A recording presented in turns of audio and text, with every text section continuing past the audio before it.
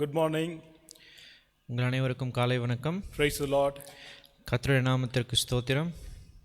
Dear brothers and sisters, friends and online viewers, with pleasure we invite you to Calvary's Grace Bible Church online worship. அன்பான சகோதரனே சகோதரியே, உங்கள் அனைவரையும் இந்த CGBC online ஆராதனைக்கு நாங்கள் மகிழ்ச்சியோடு வரவேற்கின்றோம். Let us ask God to bless our worship this morning. தேவன் நம்முடைய ஆராதனையை ஆசீர்வதிக்கும்படியாக நாம் ஜெபிப்போம். Let's look to God in prayer. நாம் ஜெபத்திலே தேவனை நோக்கி பார்ப்போம். Let's pray. Our eternal Father, once again we come before you. Lord, we want to thank you for this day.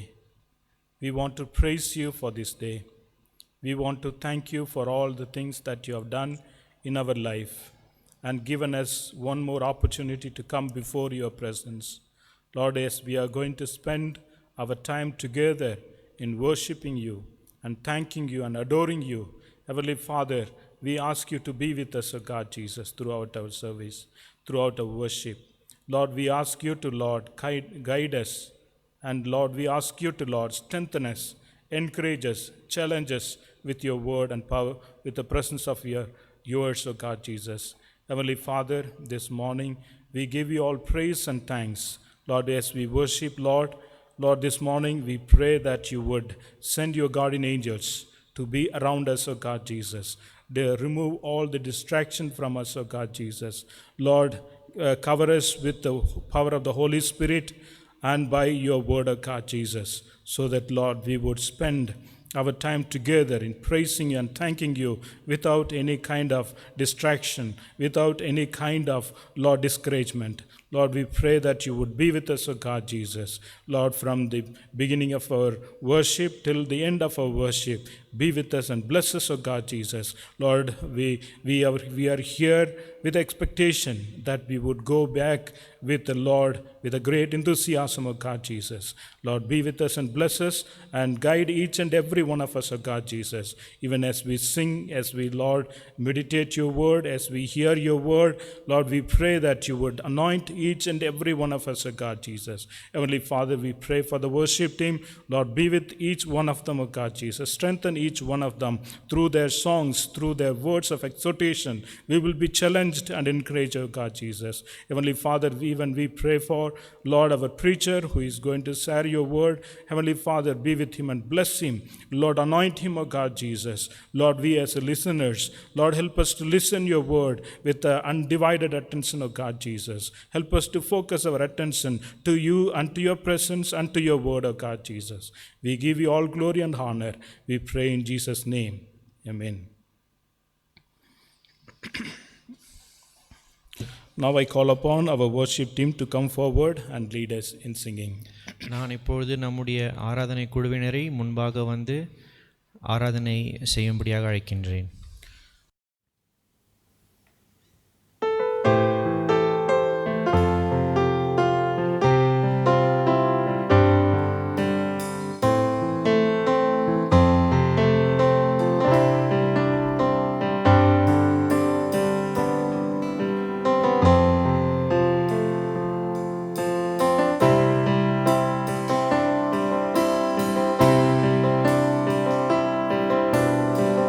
You seem so far away, a million miles or more it feels today.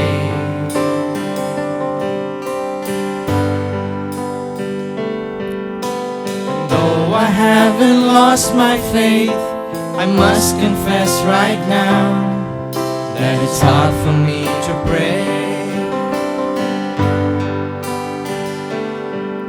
But I don't know what to say, and I don't know where to start.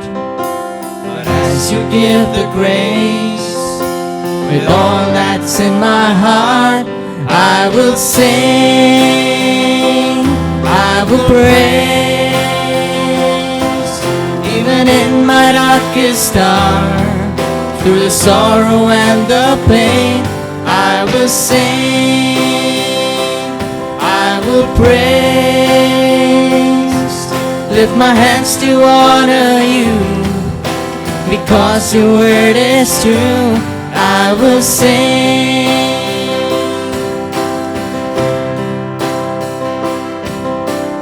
Lord, it's hard for me to see all the thoughts and plans you have for me.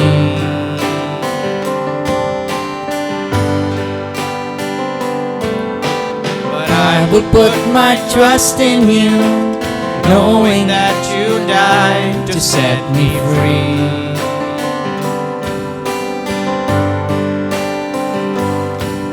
But I don't know what to say, and I don't know where to start.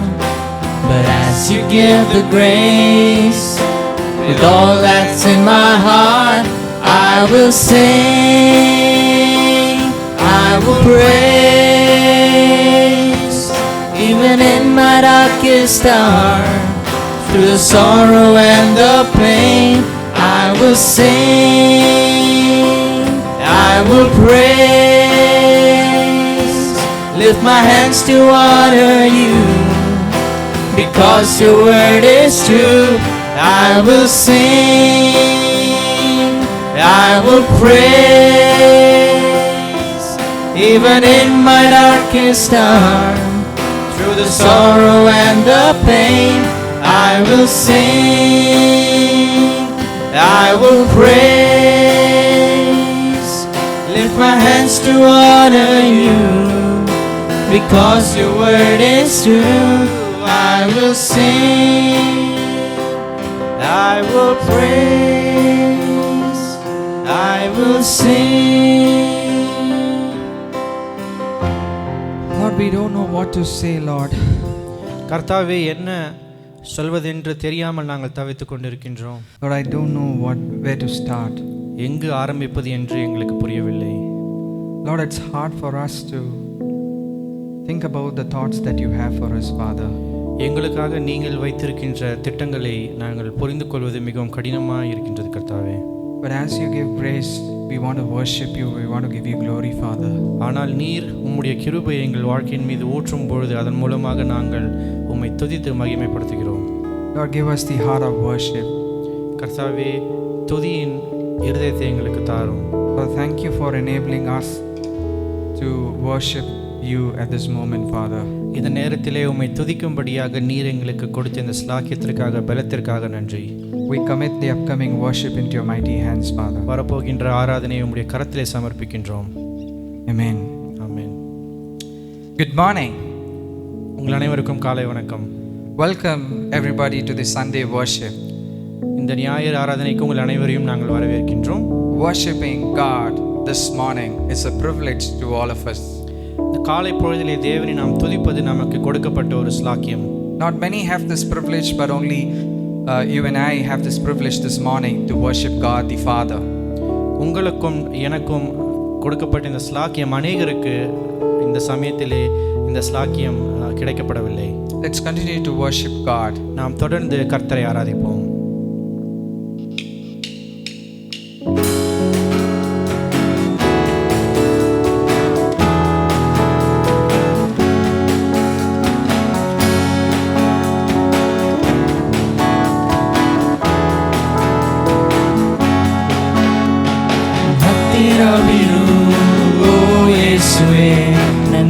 ಬಿಟ್ಟು ಬಾಳಲಾರೆನು ನನ್ನ ಹತ್ತಿರವಿರು ಓ ಯೇಸುವೆ ನಾನಿನ್ನ ಬಿಟ್ಟು ಬಾಳಲಾರೆನು hallelujah hallelujah hallelujah hallelujah hallelujah hallelujah hallelujah hallelujah ಕತ್ತಲೆಯ ಸಮಯದಿ ಬೆಳಕಾಗಿರು ಮರಣದ ಸಮಯದಿ ಜೀವವಾಗಿರು ಕತ್ತಲೆಯ ಸಮಯದಿ ಬೆಳಕಾಗಿರು ಮರಣದ ಸಮಯದಿ ಜೀವವಾಗಿರು ಹತ್ತಿರವಿರು ಓ ಯೇಸುವೆ ನಾನಿನ್ನ ಬಿಟ್ಟು ಬಾಳಲಾರೆನು ಹತ್ತಿರವಿರು ಓ ಯೇಸುವೆ ನಾನಿನ್ನ ಬಿಟ್ಟು ಬಾಳಲಾರೆನು ಹಾಲೆಲೂಯಾ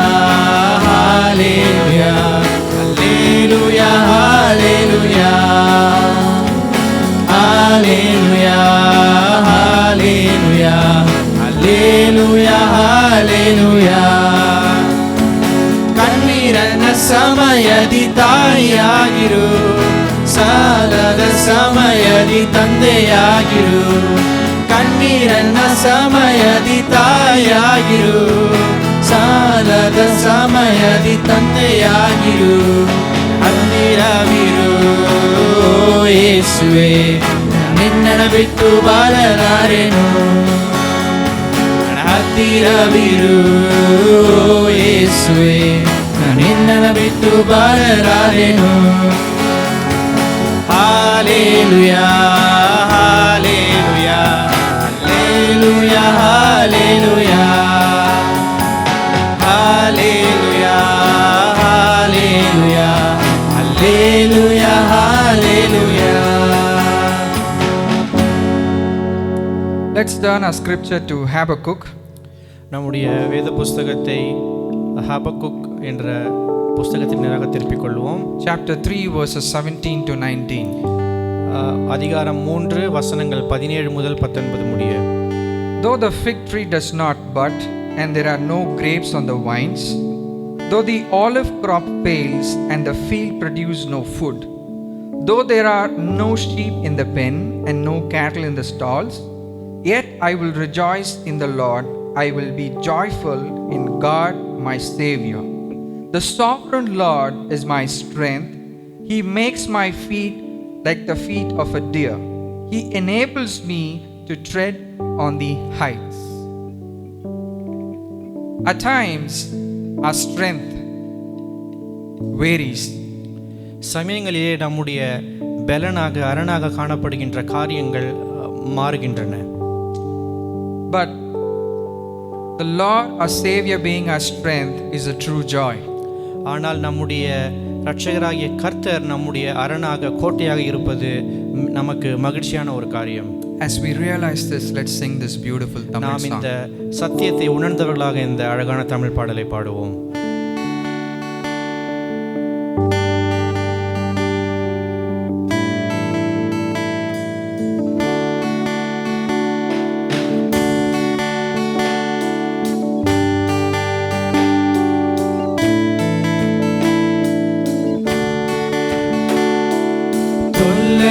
கஷ்டங்கள் சூழ்ந்திடும், துன்பம் துக்கம் வரும், இன்பத்தில் துன்பம் நேரிடும், இருளாய் தோன்றும் எங்கும்,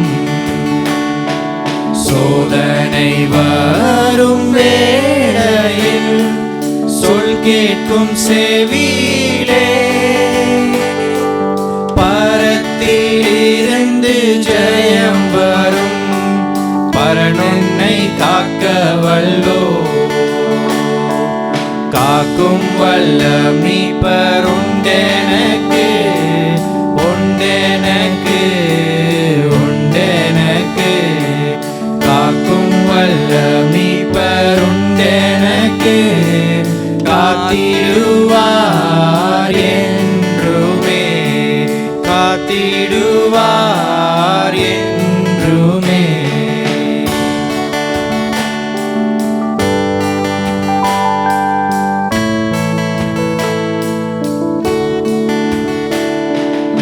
என்ன வந்தாலும் நம்புவேன் என் நேச மீட்பரை, யார் கைவிட்டாலும் பின் செல்வேன் எனது இயேசுவை. அகல ஆழ உயரமாய் எவ்வளவு அன்பு கூர்ந்தார், என்ன துன்பங்கள் வந்தாலும் அவர் என்னை கைவிட மாட்டார், காக்கும் வல்ல மீட்பர் உண்டெனக்கு, உண்டெனக்கு, உண்டெனக்கு, காக்கும் வல்ல மீட்பர் உண்டெனக்கு,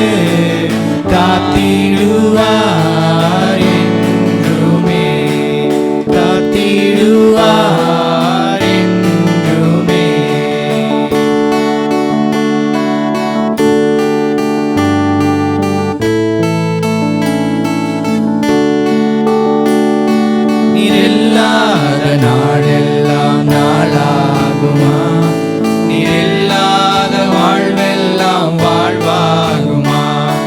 நீர் இல்லாத நாளெல்லாம் நாளாகுமா? நீர் இல்லாத வாழ்வெல்லாம் வாழ்வாகுமா?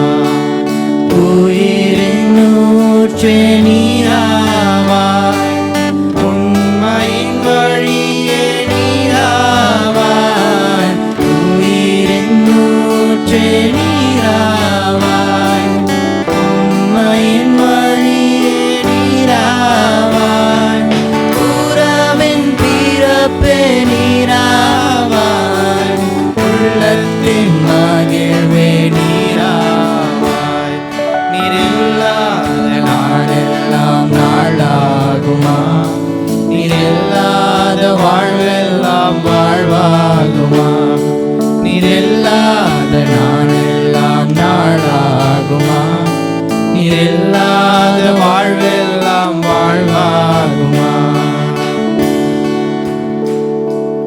Gracious, loving Heavenly Father, எங்களை நேசிக்கின்ற எங்களுடைய பரலோக பிதாவே, Lord, you are our Father and Mother, Father. கர்த்தாவே, நீர் எங்களுக்கு தாயும் தகப்பனுமாய் இருக்கிறீர்.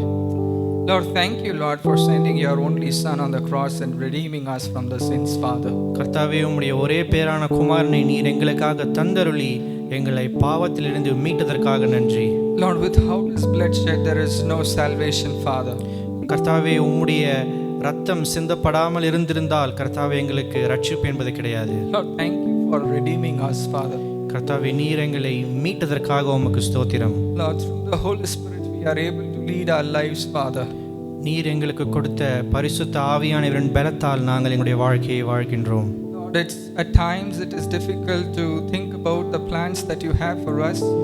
சமயங்களிலே நீர் எங்களுக்காக வைத்திருக்கின்ற திட்டங்களை புரிந்து கொள்வது எங்களுக்கு கடினமான ஒரு காரியம். But we believe on your mighty plan and a mighty name, Father. ஆனால் நீர் எங்களுக்காக வைத்திருக்கின்ற பெரிதான திட்டத்தை உம்முடைய நாமத்தை நாங்கள் விசுவாசிக்கின்றோம். Lord, thank you for enabling us to worship you and give you glory, Father. எங்களை இப்படியாக துதித்து உம்முடைய நாமத்தை மகிமைப்படுத்தும்படியாக நீர் கொடுத்த ஸ்லாக்கியத்திற்காக நன்றி. Lord, we give you all glory, all honor to you, Father. எல்லா துதி கன மகிமை யாவற்றையும் உமக்கே செலுத்துகிறோம். In Jesus' matchless name we pray. ஈடிணையற்ற இயேசு கிறிஸ்துவின் நாமத்தில் ஜெபிக்கிறோம். Amen. Amen. If you have your Bibles, உங்களிடத்திலே வேத புஸ்தகம் இருக்கும் என்றால் kindly turn to Psalm number 150 verse 6. சங்கீதம் 150 அதிகாரம் வசனம் 6 அதற்கு நேராக உங்கள் வேத புஸ்தகத்தை திருப்பிக் கொள்ளுங்கள். This scripture tells us and helps us to really worship God and thank God. இந்த வசனம் நமக்கு சொல்லுகின்ற காரியமானது நாம் தேவனை துதித்து ஆராதனை செய்ய வேண்டும் என்று. Let me read it for you all. நான் உங்களுக்காக அதை வாசிக்கின்றேன். Let everything that has breath praise the Lord. Praise the Lord. சுவாசமுள்ள யாவும் கர்த்தரை துதிப்பதாக. அல்லேலூயா. This morning nobody can say I cannot praise the Lord. இந்த காலை பொழுதிலே நாம் யாரும் நாம் தேவனை துதிக்க முடியாது என்று சொல்ல இயலாது. All of us can praise the Lord. நாம் அனைவரும் தேவனை துதிக்க முடியும். All of us can thank the Lord. நாம் அனைவரும் அவருக்கு நன்றி செலுத்த முடியும். All of us can worship the Lord. நாம் அனைவரும் அவரை தொழுது கொள்ள முடியும். Because Bible very clearly says, let everything that has breath praise the Lord. காரணம் வேத வசனம் தெளிவாக சொல்லுகின்றது, சுவாசமுள்ள யாவும் கர்த்தரை துதிப்பதாக. I would request you all to stand and praise God. நான் உங்கள் அனைவரையும் தயவு செய்து நீங்கள் எழுந்து நின்று கர்த்தரை துதிக்கும்படியாக கேட்டுக்கொள்கின்றேன். Thank God for who He is in your life. உங்களுடைய வாழ்க்கையிலே தேவனாக இருப்பதற்காக நன்றி செலுத்துங்கள். And describe all His attributes and characters and praise Him. அது மட்டுமல்லாமல் அவருடைய குணாதிசயங்களை நீங்கள் நினைவு கூர்ந்ததை சொல்லி அவரை துதியுங்கள். There are few things that we need to keep in our mind as we start to worship God. நாம் தேவனை துதிக்கும் பொழுது நாம் ஒரு சில காரியங்கள் நினைவில் கொள்ள வேண்டும். Praise and thank God for His power and majesty. தேவனுடைய வல்லமை, அவருடைய மகத்துவம், அதற்காக தேவனை துதியுங்கள். Praise and thank God for His everlasting love and kindness. அவருடைய அனாதி அன்பு மற்றும் கிருபை, அதற்காக நீங்கள் அவரை துதியுங்கள். Praise and thank God for His faithfulness and compassion. தேவன் உண்மையுள்ளவர், இரக்கம் நிறைந்தவர், அதற்காக அவரை துதியுங்கள். Praise and thank God for his divine plan for sending his son Jesus Christ. இப்படியாக அவருடைய ஒரே பேரான குமாரனை அவர் நமக்காக அனுப்பினதற்காக நன்றி செலுத்துங்கள். Praise and thank God for the privilege to call him above Father. நாம் அவரை அப்பா பிதாவே என்று அழைக்கக்கூடிய புத்திர சுவிகாரத்தை கொடுத்ததற்காக நன்றி செலுத்துங்கள். And praise and thank God for remembering us in our low estate. நாம் நம்முடைய வாழ்க்கையிலே மிகவும் அடிமட்டமான ஒரு நிலைமையிலே காணப்படும் பொழுது நம்மை நினைவு கூர்ந்த அவருடைய அன்பை நினைத்து துதியுங்கள். Praise and thank God for answering our prayers and helping Brother Rubus to get discharged from the hospital. நம்முடைய ஜெப விண்ணப்பங்களுக்கு பதிலாக தேவன் சகோதரர் ரூபஸ் அவர்களுக்கு நல்ல சுகத்தை கொடுத்து வீட்டிற்கு வரும்படியாக செய்தமைக்காக அவரை துதியுங்கள். I request the congregation or the church members, wherever you are, I request you to all to stand and praise God. சபை மக்கள் நீங்கள் எங்கிருந்தாலும் தயவு செய்து நீங்கள் எழுந்து நின்று என்னோடு கூட இந்த ஜெப குறிப்புகளுக்காக நீங்கள் தேவனை துதியுங்கள். Dear God, Heavenly Father, this morning it's a privilege for us to come before you to say, praise the Lord, praise the Lord. Thank you, Lord, for giving us breath in our nostril. Thank you, Lord, for helping us to see so many good things in our life. Thank you, Lord, for being our God this morning. Thank you, Lord, for being our Father this morning. Thank you, Lord, for being a God who has power and majesty. We want to thank you. We want to praise you. Lord, even now, we want to thank you, Lord, for your everlasting love and kindness. We want to thank you, Lord, for your faithfulness and compassion. We want to thank you, Lord. We want to praise you, Lord. We want to adore you, Lord, for sending your Son, Jesus Christ, for us, O God, Jesus. Heavenly Father, once again, we want to thank you. We want to praise you for the wonderful privilege for all of us that you have given to us to call you above Father. Thank you, Lord, for remembering us in our low estate. Thank you, Lord, for you are so mindful about us, O God, Jesus, about our life, about our Lord future, about our studies. Thank you, Lord, for everything, O God, Jesus. Heavenly Father, this morning we want to praise you for who you are. Lord, we have such a great God. Lord, we trusted such a wonderful God. We believed such a wonderful God. We want to thank you. We want to praise you, Lord. This God is so wonderful. This morning you are so wonderful. We are so wonderful to praise you and thank you, O God, Jesus, for all the things that you have done. Not only, Lord, you are good, you are so great and good in our life, but Lord, you have done great things in our life. Thank you, Lord, for answering our prayers and helping Brother Rubus to get discharged from the hospital. We thank you for your marvelous grace upon him. Thank you, Lord, for healing him. Thank you, Lord, for granting him good health and strength. We thank you, we praise you. We give you all glory and honor. We pray in Jesus' name. Amen. Let us continue to pray for the following prayer points. நாம் தொடர்ந்து வாசிக்கப்பட போகின்ற ஜெப குறிப்புகளுக்காக ஜெபிப்போம். Here is the prayer points that we have. வரப்போகின்ற ஜெப குறிப்புகளுக்காக ஜெபிப்போம். Before we pray, let us hear what God's word says. நாம் ஜெபிப்பதற்கு முன்பாக தேவனுடைய வசனம் என்ன சொல்கின்றது என்று நாம் சற்று பார்ப்போம். This is the confidence we have in approaching God, that if we ask anything according to his will, he hears us. 1 John chapter 5 verse 14. 1 யோவான் 5ஆம் அதிகாரம் 14ஆம் வசனம். நாம் எதையாகிலும் அவருடைய சித்தத்தின்படி கேட்டால் அவர் நமக்கு செவி கொடுக்கிறார் என்பதே அவரை பற்றி நாம் கொண்டிருக்கிற தைரியம். We as a people of God must come to him with a confidence.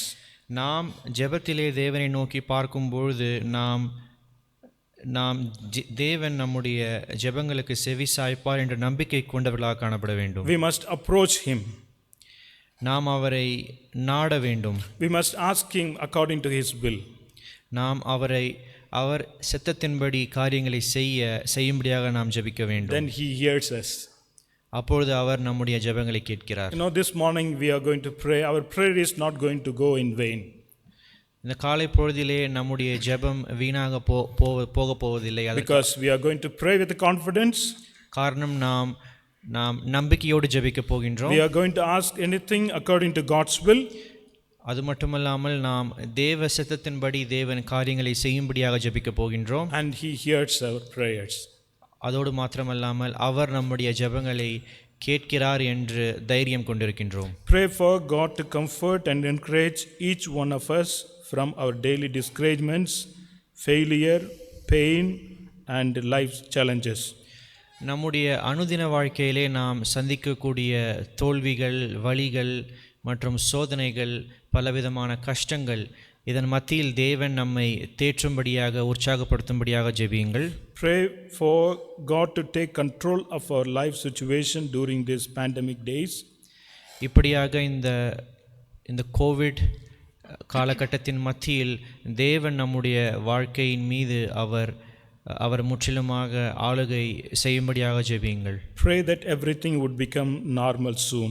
விரைவிலே காரியங்கள் மீண்டும் பழைய நிலைமைக்குள்ளாக திரும்ப வேண்டும் என்று ஜெபியுங்கள். Pray for God's special care and healing upon Pastor Devadas, Mrs. Stella Yesupadam, Mr. Rubas and Mrs. Deepa Rajesh for their health issues.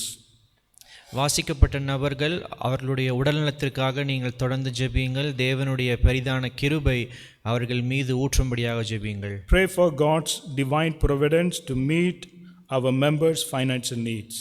நம்முடைய சபை விசுவாசிகளுடைய பொருளாதார தேவையை கர்த்தர் சந்திக்கும்படியாக ஜெபியுங்கள். Let's pray. நாம் ஜெபிப்போம். Gracious God, Heavenly Father, once again you have given us the opportunity to approach you with confidence. Lord, if we ask you anything according to your will, you are there to hear us. Yes, Lord, with the same confidence, with the same courage, we are approaching you. Heavenly Father, this morning we want to thank you, we want to praise you. Lord, we want to pray for your comfort and encouragement to each one of us, those who are facing discouragements in their life, failure in their life, pain in their life, and facing life challenges. Lord, we pray for all of them, O God, Jesus. Lord, we pray for our dear brothers and sisters. We pray for our church members. We pray for our dear ones, Lord, who are known to us, who are working with us, O God, Jesus. Heavenly Father, there are people, Lord, literally, Lord, suffering, going through suffering in their life, O God, Jesus. Heavenly Father, we pray, O God, Jesus, to comfort all of them, encourage all of them, O God, Jesus. Give them grace and strength to overcome all the problems that they face in their life. Heavenly Father, this morning, Lord, we want you to take control of our life situation during this pandemic situation.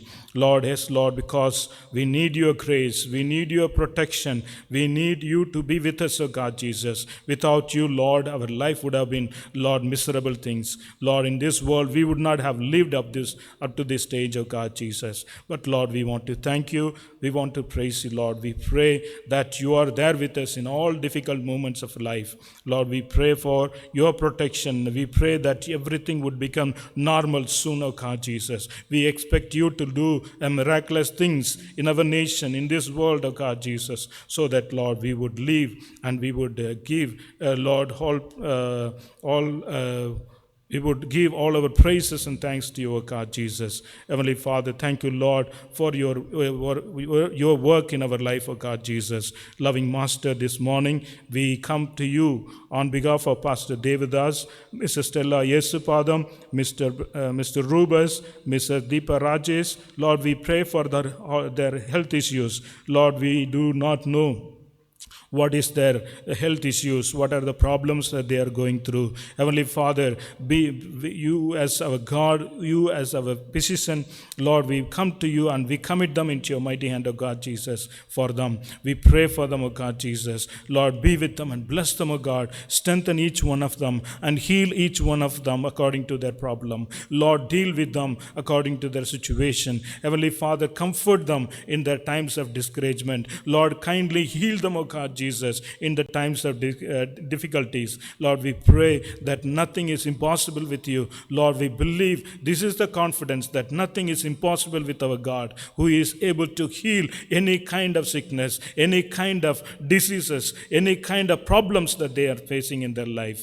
Heavenly Father, we thank you, we praise you for hearing our prayers. We pray in Jesus' name.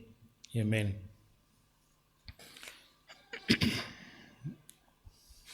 Now is the very important time for us to take part in the table of the Lord. இப்பொழுது மிகவும் முக்கியமான தருணம், நாம் கர்த்தருடைய பந்திக்குள்ளாக கடந்து போகின்றோம். Dear brothers and sisters, அன்பான சகோதரனே சகோதரியே, The Lord's table is a part of our worship. கர்த்தருடைய பந்தி நம்முடைய ஆராதனையின் ஒரு பாகமாக காணப்படுகிறது. So we must celebrate the joy of the Lord by taking part in it. ஆகவே நாம் தேவ மகிழ்ச்சியோடு கூட இந்த பந்தியிலே பங்கு பெற்று நாம் அதை கொண்டாட வேண்டும். The bread, symbol of the broken body of Christ. அந்த அப்பம் இயேசு கிறிஸ்துவின் உடைக்கப்பட்ட சரீரத்தை நினைவூட்டுகின்றது. The wine is the symbol of shed blood of the Lord Jesus Christ. திராட்சை ரசம் இயேசு கிறிஸ்து நமக்காக சிந்தின இரத்தத்தை நினைவூட்டுகின்றது. As we know, the table of the Lord is meant for the people of God. நமக்கு தெரிந்த வண்ணமாக கர்த்தருடைய பந்தி தேவ ஜனத்திற்காக ஒழுங்கு செய்யப்பட்ட ஒன்று. Who can take part in the table of the Lord? யார் கர்த்தருடைய பந்தியிலே பங்கு பெற முடியும்? The person who have accepted the Lord Jesus Christ as their Lord and Savior, they can take part in the table of the Lord. தேவனை தங்களுடைய சொந்த இரட்சகராக ஏற்றுக்கொண்ட பிள்ளைகள் இந்த கர்த்தருடைய பந்தியிலே பங்கு பெற முடியும். A person who has confidence that his sins, her sins are forgiven by the Lord Jesus Christ. உங்களுடைய பாவம் இயேசு கிறிஸ்துவினாலே மன்னிக்கப்பட்டது என்ற சிந்தனை உங்களுக்குள்ளாக இருக்கும் என்றால் நீங்கள் இதிலே பங்கு பெற முடியும். A person whose inner conscience is clear before God and his walk with God is pleasing before him, he can take part in the table of the Lord. நீங்கள் தேவனோடு கொண்டிருக்கின்ற ஐக்கியம் உங்களுடைய மனசாட்சிக்கு ஏற்ற வண்ணமாக இருக்குமே என்றால் நீங்கள் இந்த பந்தியிலே பங்கு பெற முடியும். I welcome you to take part in this table. நான் உங்களை இந்த பந்தியிலே பங்கு பெறும்படியாக வரவேற்கின்றேன். And at the same time, அதே நேரத்திலே if you are not worthy, please refrain from taking part in the table of the Lord. நீங்கள் இதிலே பங்கு பெற நீங்கள் இன்னும் தயாராக இல்லை என்று நினைப்பீர்கள் என்றால் நீங்கள் இதிலே பங்கு பெற வேண்டாம், தயவு செய்து. Therefore, there is now no condemnation for those who are in Christ Jesus, because through Christ Jesus the law of the Spirit of life set me free from the law of sin and death. ஆனபடினால் கிறிஸ்து இயேசுவுக்குட்பட்டவர்களாயிருந்து மாம்சத்தின்படி நடவாமல் ஆவியின்படியே நடக்கிறவர்களுக்கு acne தீர்ப்பில்லை. கிறிஸ்து இயேசுவினாலே ஜீவனுடைய ஆவியின் பிரமாணம் என்னை பாவ மரணம் என்பவைகளின் பிரமாணத்தினின்று விடுதலையாக்கிற்றே. Dear brothers and sisters, if you are ready, kindly join with me. Let us all take part together. அன்பான சகோதர சகோதரி, நீங்கள் என்ன கூட சேர்ந்து இந்த பந்தியிலே நீங்கள் பங்கு பெற நான் அழைக்கின்றேன்.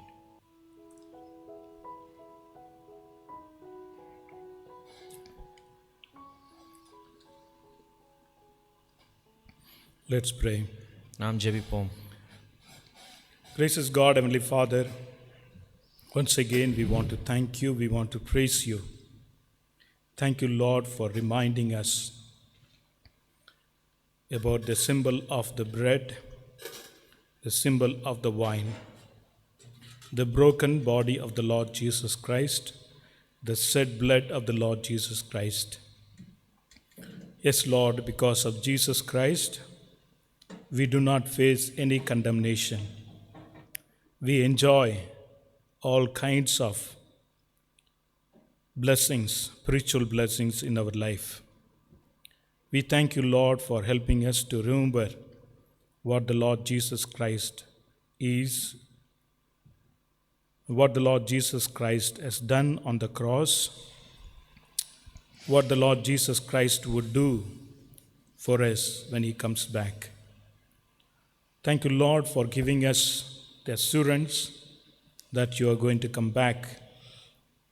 Lord, we will see you face to face, and we will, Lord, worship you in future.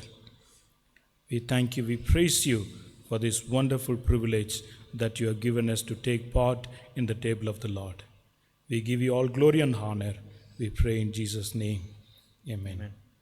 Indeed, it's my joy to pray for our dear ones, those who celebrate their birthday during this week. வரப்போகின்ற வாரத்திலே பிறந்த நாள் காண போகின்ற பிள்ளைகளுக்காக ஜெபிப்பது எனக்கு மிகவும் மகிழ்ச்சி தரக்கூடிய ஒரு காரியம். It's our privilege to pray for them and bless them according to God's word. தேவனுடைய வார்த்தைக்கு ஏற்ற வண்ணமாக நாம் அவர்களுக்காக ஜெபிப்பது, அவர்களை வாழ்த்துவது நமக்கு கொடுக்கப்பட்ட ஒரு ஸ்லாக்கியம். As we read your name, kindly stand wherever you are and we would like to pray for you. உங்கள் பெயர்கள் வாசிக்கப்படும் பொழுது நீங்கள் எங்கிருந்தாலும் தயவு செய்து எழுந்து நிற்கவும், உங்களுக்காக ஜெபம் செய்யப்படும்.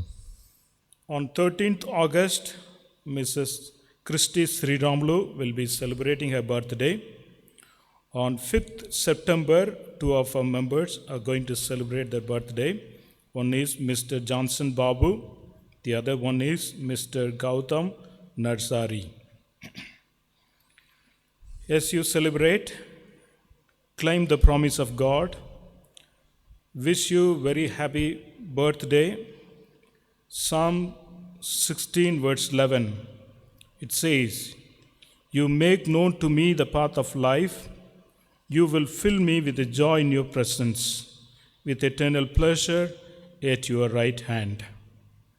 May God bless you. உங்களுக்கு எங்களுடைய பிறந்தநாள் வாழ்த்துக்கள். சங்கீதம் 16 அதிகாரம் வசனம் 11, ஜீவ மார்க்கத்தை எனக்கு தெரியப்படுத்துவீர், உம்முடைய சமூகத்தில் பரிபூரண ஆனந்தமும் உம்முடைய வலது பாரசத்தில் நித்திய பேரின்பமும் உண்டு.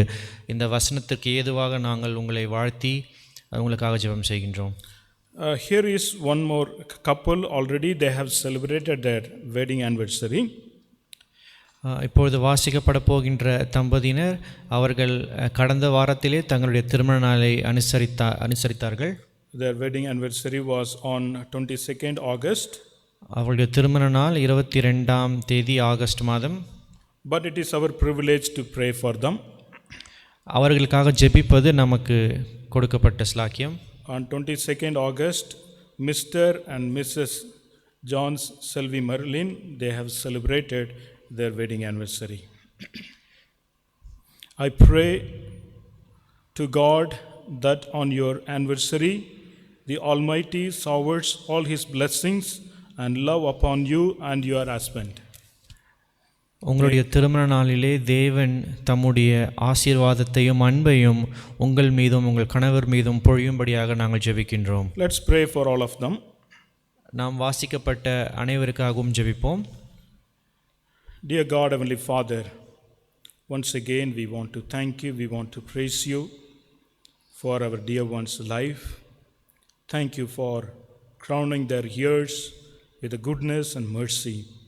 Thank you, Lord, for showing your Lord path of life and blessing them with your presence, and Lord, helping them to, Lord, find all the blessings from your hand. Heavenly Father, this morning we pray for Brother Gautam Narsari. Lord, we pray that you would continue to bless him and make him a blessing to his family, to our church, and to our community. Lord, Heavenly Father, thank you, Lord, for his life and his testimony. Lord, we thank you, Lord, for his walk with you. Lord, we want to thank you, Lord, for making him and blessing him with so many blessings in his life, and adding, Lord, one more year to him and to his family. Lord, we want to thank you, we want to praise you. Lord, Lord, as he is head of the family, Lord, being the husband, Lord, being the father, being a believer, Lord, we pray that he would enjoy many more manifold blessings in this year. Lord, as he steps into a new year, Lord, be with him and bless him, show him the way that he should walk, and Lord, direct him the path so that he would understand your will and purpose, O God Jesus. Loving Master, once again we thank you, we praise you for his life. அன்புள்ள ஆண்டவரே, இந்த நேரத்திலும் கூட அருமையான சகோதரி Christie Sriramulu அவர்களுக்கான ஜெபிக்கிறோம். அருமையான சகோதரியை கர்த்தர் நீர் அபரிதமாய் ஆசீர்வதித்ததுக்கான நன்றியோடு ஸ்தோத்திரிக்கிறோம். நல்ல சுகத்தையும் நல்ல பலத்தையும் நல்ல ஆரோக்கியத்தையும் கர்த்தர் இந்த நாள் வரைக்கும், இந்த வருடம் வரைக்கும் கர்த்தர் நீர் கொடுத்ததுக்காக நன்றியோடுமை ஸ்தோத்திரிக்கிறோம். ஆண்டவரே, உம்முடைய அன்பின் கரம் அவர்களை கொண்டு தாங்கி வந்ததுக்காக நன்றியோடுமை ஸ்தோத்திரிக்கிறோம். உம்முடைய பரிசுத்த கரம் அவர்களை தாங்கி பலப்படுத்தினதுக்காக நன்றியோடுமை ஸ்தோத்திரிக்கிறோம். ஆண்டவரே, வர நாட்களிலே ஆண்டவரே அவர்கள் தங்களுடைய பிறந்த நாளை கொண்டாடும் பொழுது கர்த்தாவே நீர்தாமே தொடர்ந்து அவர்களுக்கு நல்ல பலத்தையும் சுகத்தையும் ஆயுஸ் நாட்களை கூட்டி தந்து நீர் வழிநடத்த வேண்டுமான ஜெபிக்கிறோம். அருமையான சகோதரியை தொடர்ந்து நீர் ஆசீர்வதியும். ஆவிக்குரிய பலத்தினாலும் சரீரத்துக்குரியதான சுகத்தினாலும் கர்த்தர் நீர் நிரப்பி ஆண்டவரே அதன் மூலமாய் அவர்களுடைய குடும்பத்திற்கு அவர்கள் ஆசீர்வாதமாய் காணப்பட ஒரு நல்ல தாயாக, நல்ல ஆண்டவரே நல்ல கணவனுக்கு நல்ல ஒரு மனைவியாக, ஆண்டவரே கர்த்தாவே சபைக்கு ஒரு நல்ல சாட்சியுள்ள விசுவாசியாக இம்மட்டுமாய் நீர் நடத்தி வந்ததுக்காக நன்றியோடு ஸ்தோத்திரிக்கிறோம். தொடர்ந்து நீர் அவர்களை ஆசீர்வதியும். தொடர்ந்து நீர் அவர்களுக்கு தேவையான ஞானத்தை நீர் தர வேண்டுமான ஜெபிக்கிறோம் ஆண்டவரே. அதே போல் இந்த நேரத்திலும் கூட எங்களுடைய அருமையான சகோதரர் ஜான்சன் பாபு அவர்களுக்கான ஜெபிக்கிறோம். கர்த்தாவே அருமையான மகனை நீர் தெரிந்தெடுத்து கொண்டதுக்காக நன்றி செலுத்துகிறோம். அருமையான மகனை நீர் ஆசீர்வதித்ததுக்காக நன்றி செலுத்துகிறோம். அருமையான மகனுக்கு கொடுத்திருக்கூடியதான வேலைக்காக, குடும்பத்திற்காக, பிள்ளைக்காக நன்றியோடு ஸ்தோத்திரிக்கிறோம். நீர் பாராட்டின எல்லா நன்மைகளுக்காக, தந்த எல்லா சுகங்களுக்காக, தந்த எல்லா விதமான வழிநடத்தினதுக்காக நன்றியோடு துதிக்கிறோம், போற்றுகிறோம் கர்த்தாவே. அப்படியாக தொடர்ந்து நீர் ஆண்டவரே இந்த வாரத்தில் பிறந்த நாளை கொண்டாடுகிறதான இந்த மூவரையும் கர்த்தர் நீர் பொறுப்படுத்திக் கொள்ள வேண்டுமான ஜெபிக்கிறோம். அதே போல் ஆண்டவரே அருமையான சகோதரர் ஜானுக்காக, சகோதரி செல்விக்கான ஜெபிக்கிறோம். அருமையான தம்பதியர்கள் தங்களுடைய திருமண நாளை ஆண்டவரே 22ஆம் தேதி அன்று கொண்டாட கிருபை செய்ததுக்காக நன்றியோடு ஸ்தோத்திரிக்கிறோம் ஆண்டவரே. அவர்களுடைய குடும்ப வாழ்க்கையில் ஆண்டவரே நீர் நல்லவராக வல்லவராக இருந்ததுக்காக நன்றியோடு ஸ்தோத்திரிக்கிறோம். அவர்களை நீர் ஆண்டவரே வழிநடத்தி வந்ததுக்காக நன்றி செலுத்துகிறோம். அவர்களுடைய தேவைகள் எல்லாவற்றையும் கர்த்தர் நீர் சந்தித்ததுக்காக நன்றியோடு ஸ்தோத்திரிக்கிறோம். வரக்கூடியதான வருடம் ஆண்டவரே கர்த்தாவே அவர்களுடைய வாழ்க்கையில் இன்னும் அதிகமான ஆண்டவரே அன்பு நிறைந்த வருடங்களாக ஆண்டவரே அவர்கள் காணப்பட உதவி செய்யும். அவர்களுடைய வாழ்க்கையில் அன்பினாலும் கிருபையினாலும் ஆண்டவரே ஒருவருக்குள்ளதான தாழ்மையினாலும் தொடர்ந்து நீடிக்க அவர்கள் உதவி செய்யும்படியான ஜெபிக்கிறோம். தொடர்ந்து இருவரையும் நல்ல ஒரு கணவனாக, மனைவியாக, ஆண்டவரே நல்ல பெற்றோர்களாக இருந்து, ஆண்டவரே நல்ல ஒரு விசுவாசிகளாக இருந்து அவர்களுடைய நாமத்தை மகிமைப்படுத்த உதவி செய்யும்படியான ஜெபிக்கிறோம். தொடர்ந்து அவர்களுடைய இருதயத்தின் தேவைகளை கர்த்தர் நிறைவேற்றி ஆசீர்வதிக்க வேண்டுமான ஜெபிக்கிறோம். உம்முடைய கரம் கூட உதவி செய்யும். இயேசுவின் நாமத்தில் ஜெபிக்கிறோம் எங்கள் நல்ல பிதாவே. ஆமென். ஆமென்.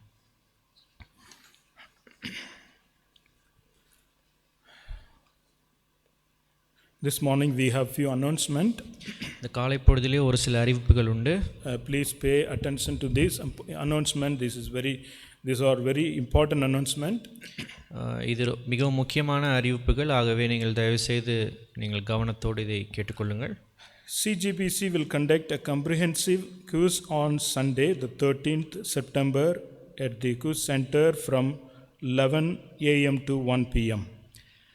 செப்டம்பர் 13ஆம் தேதி அன்று காலை 11 மணி முதல் மதியம் 1 மணி அளவில் நம்முடைய சபையானது நிர்ணயிக்கப்பட்ட குவிஸ் சென்டர்ஸ் அந்த இடங்களிலே உங்களுக்கு என்று ஒரு பிரத்யேக குவிஸ் ஒன்று ஒழுங்கு செய்யப்படும்.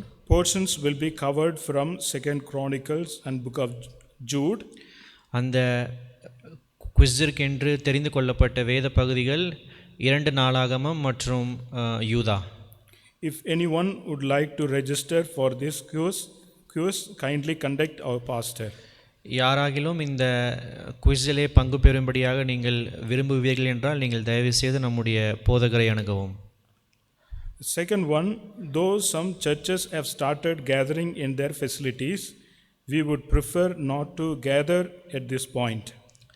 இரண்டாம் அறிவிப்பு, நம்முடைய பட்டணத்திலே ஒரு சில சபைகள் மீண்டுமாக ஞாயிறு ஆராதனை தொடங்கியிருந்தாலும் நாம் இந்த இடத்திலே ஞாயிற்றுக்கிழமைகளிலே நாம் கூடுவதை தவிர்க்கின்றோம். காரணம் இந்த கோவிடினுடைய பாதிப்பு அதிகமாக இருக்கின்றபடினால். Brethren are requested to cooperate for the sake of COVID spread concern. சபை மக்கள் நீங்கள் தயவு செய்து எங்களோடு கூட ஒத்துழைத்து இதை நீங்கள் பொறுத்துக்கொள்ளும்படியாக நாங்கள் கேட்டுக்கொள்கின்றோம். The third one, மூன்றாம் அறிவிப்பு, our leadership is in the process of setting drawing and memory contest. நம்முடைய சபையிலே இருக்கின்ற தலைவர்கள் இப்படியாக டிராயிங் மற்றும் மெமரி கான்டெஸ்ட் அந்த 2 காரியங்களை குறித்து ஒரு சில முடிவுகளை எடுத்துள்ளார்கள். My witnessing in the world is the theme for drawing competition. இந்த உலகத்திலே என்னுடைய சாட்சி என்ற தலைப்பின் கீழாக அந்த ஓவிய போட்டி நடைபெறும். Get ready to demonstrate and display your heart skills. அந்த தலைப்பின் கீழாக நீங்கள் உங்களை தயார் செய்து கொண்டு நீங்கள் அந்த ஓவிய போட்டியிலே கலந்து கொள்ளுங்கள். Soon date and venues will be announced. விரைவிலே தேதியும் இடமும் உங்களுக்கு அறிவிக்கப்படும். Scripture portion for memory will be sent to you through WhatsApp. அதே போல மெமரி கான்டெஸ்ட், அதற்கென்று தெரிந்து கொள்ளப்பட்ட வேத பகுதி விரைவிலே உங்களுக்கு வாட்ஸ்அப் மூலமாக அனுப்பப்படும். Thank you. நன்றி. A father and a mother ஒரு தாயும் ஒரு தகப்பனும் plays a crucial role in a child's life. ஒரு குழந்தையினுடைய வாழ்க்கையிலே மிகவும் முக்கியமான ஒரு பொறுப்பை வகிக்கின்றனர். No matter how old the child is, அந்த குழந்தை எவ்வளவு வயதானாலும் சரி, still the father and mother is very important and close to a child. தாயும் தகப்பனும் அந்த குழந்தைக்கு மிகவும் முக்கியம். At times when the father and mother is no more, சமயங்களிலே அந்த தகப்பனும் தாயும் உலகத்தை விட்டு கடந்து போகும்பொழுது it's only the God's grace and comfort is with us. தேவனுடைய கிருபையும் தேவனுடைய தேற்றுதலும் மாத்திரமே நம் இடத்தில் இருக்கின்றது. As we realize this, let's sing this beautiful Tamil offertory song. அதை உணர்ந்து இந்த தமிழ் பாடலை நாம் பாடுவோம்.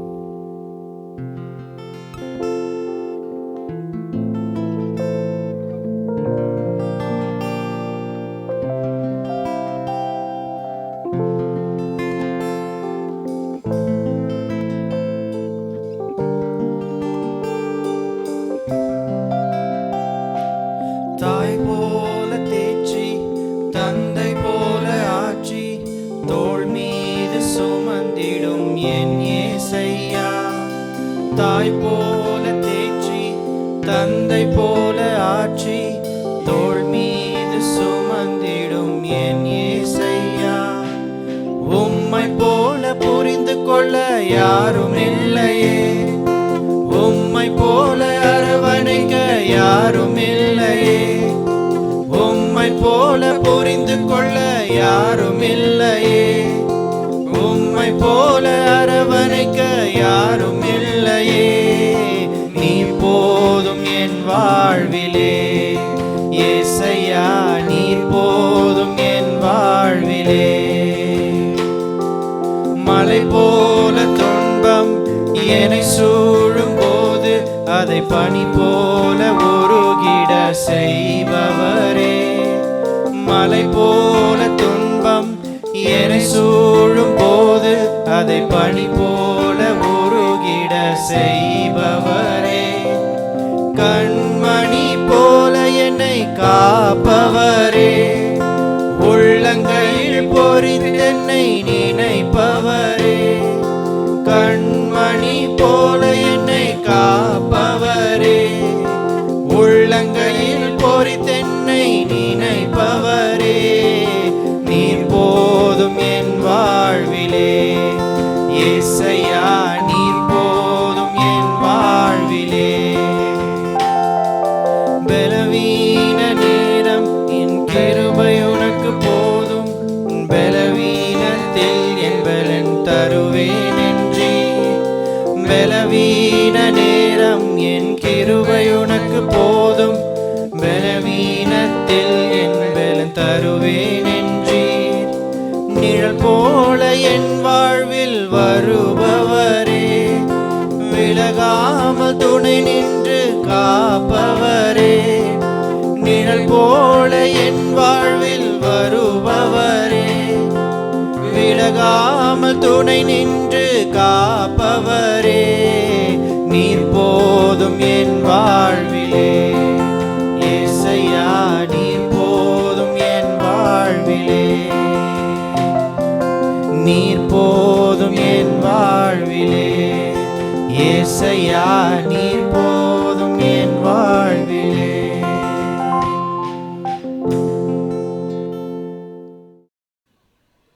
ஆண்டவராகிய இயேசு கிறிஸ்துவின் இணையற்ற இன்ப நாமத்திலே நான் உங்களை மீண்டும் ஒரு விசை வாழ்த்தி வரவேற்கிறேன். In the loving name of our Lord and Savior Jesus Christ, I welcome you all once again. நாம் தியானித்துக் கொண்டிருக்கக்கூடிய புத்தகம் உண்மையாகவே புரிந்து கொள்வதற்கு மிகவும் கடினமான ஒரு புத்தகமாகவே நான் கருதுவேன். The book in which we are currently meditating, I do believe that it's quite tough one for us to understand. ஒருவேளை வேத புத்தகத்தில் இருக்கக்கூடிய அந்த புத்தகங்களை நாம் இலக்கியத்தின் சார்பில் இலக்கியத்தின் அடிப்படையில் நாம் பிரிக்க வேண்டுமே என்றால் பிரசங்கியின் புஸ்தகத்தை மிகவும் அறிவு சார்ந்த முதிர்ந்த ஒரு புத்தகமாக நாம் அதை கருத வேண்டும்.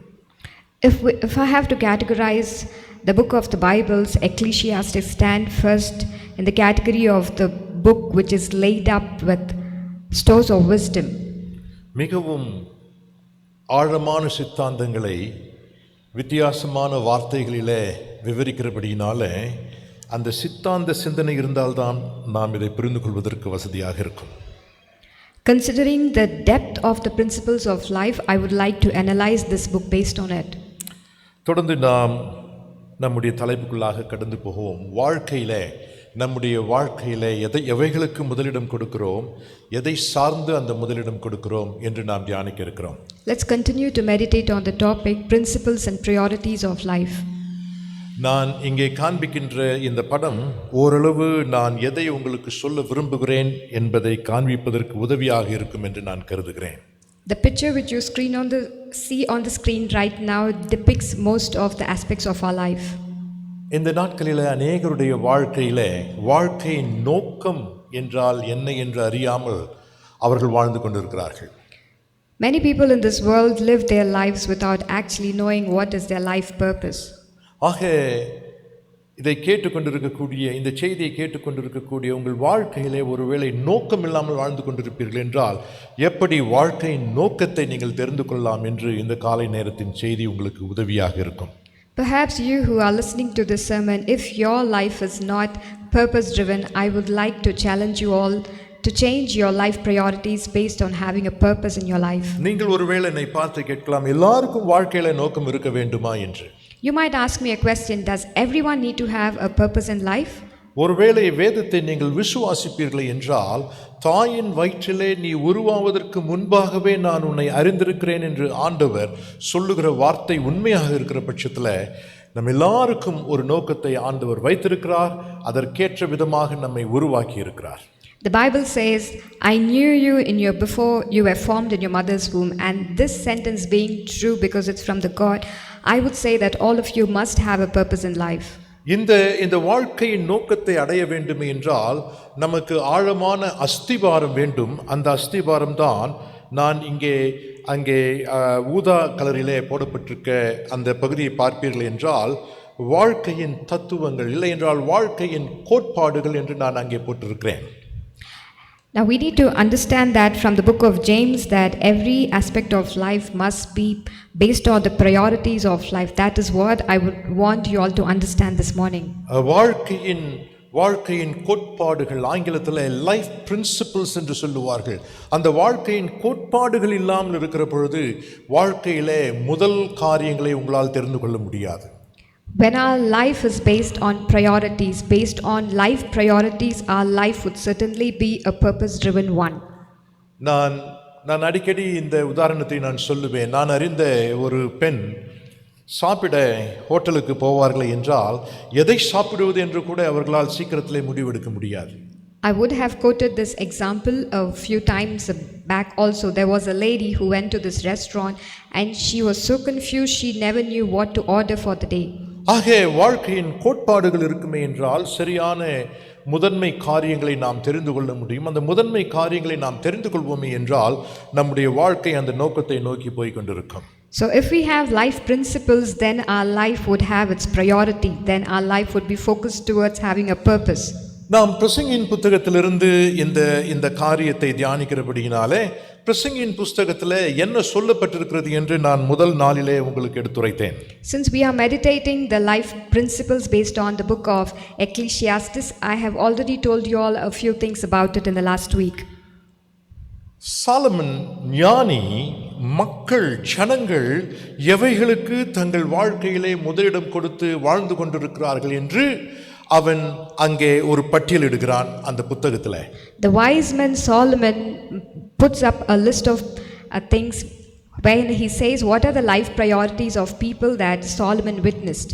அப்படியாக அவன் போடுகிற பொழுது அவனையும் அதிலே சேர்த்து தன்னையும் அதிலே இணைத்து தன்னுடைய வாழ்க்கையின் முதலிடம் என்ன என்றும் அதிலே அவன் தெரிவிக்கிறான். So when he puts down this list, he also puts himself in those list. ஞானம், wisdom, இன்பங்கள், pleasure, பாடுகள், toiling, மத சம்பந்தப்பட்ட காரியங்கள், spirituality, பிறகு நிரம்ப செல்வம். and wealth.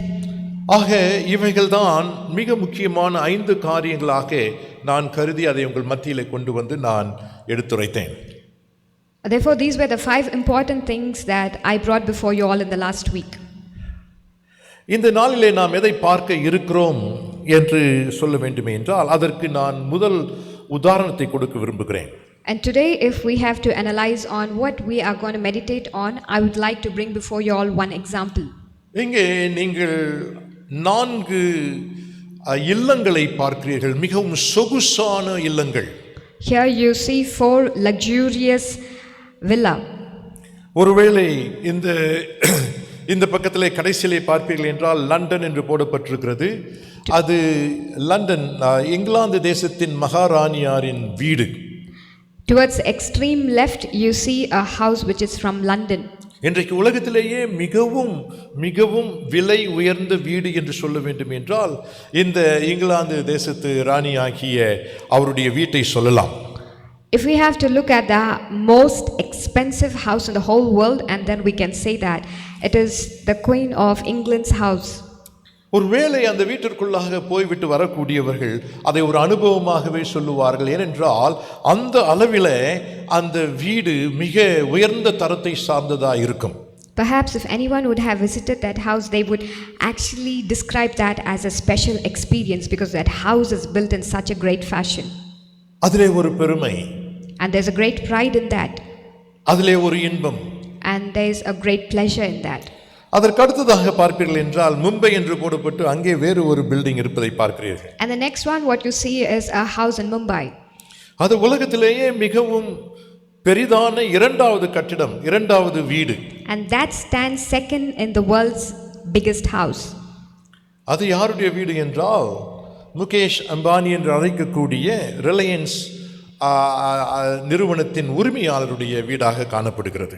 And the owner of that house is none other than Mukesh Ambani, the owner of Reliance. அதற்கு அடுத்தபடியாக நீங்கள் 2 வீட்டை பார்ப்பீர்கள். அடுத்த 2 வீடுகளுமே பிரான்சிலே இருக்கக்கூடியதாக இருக்கிறது பிரியமானவர்களே. And the next house is in France. இவைகள் எல்லாம் பிரம்மாண்டமாய் இருக்கக்கூடிய வீடுகள். These are all very exuberant houses. இந்த வீட்டிலே வசிப்பது ஒரு பெருமை.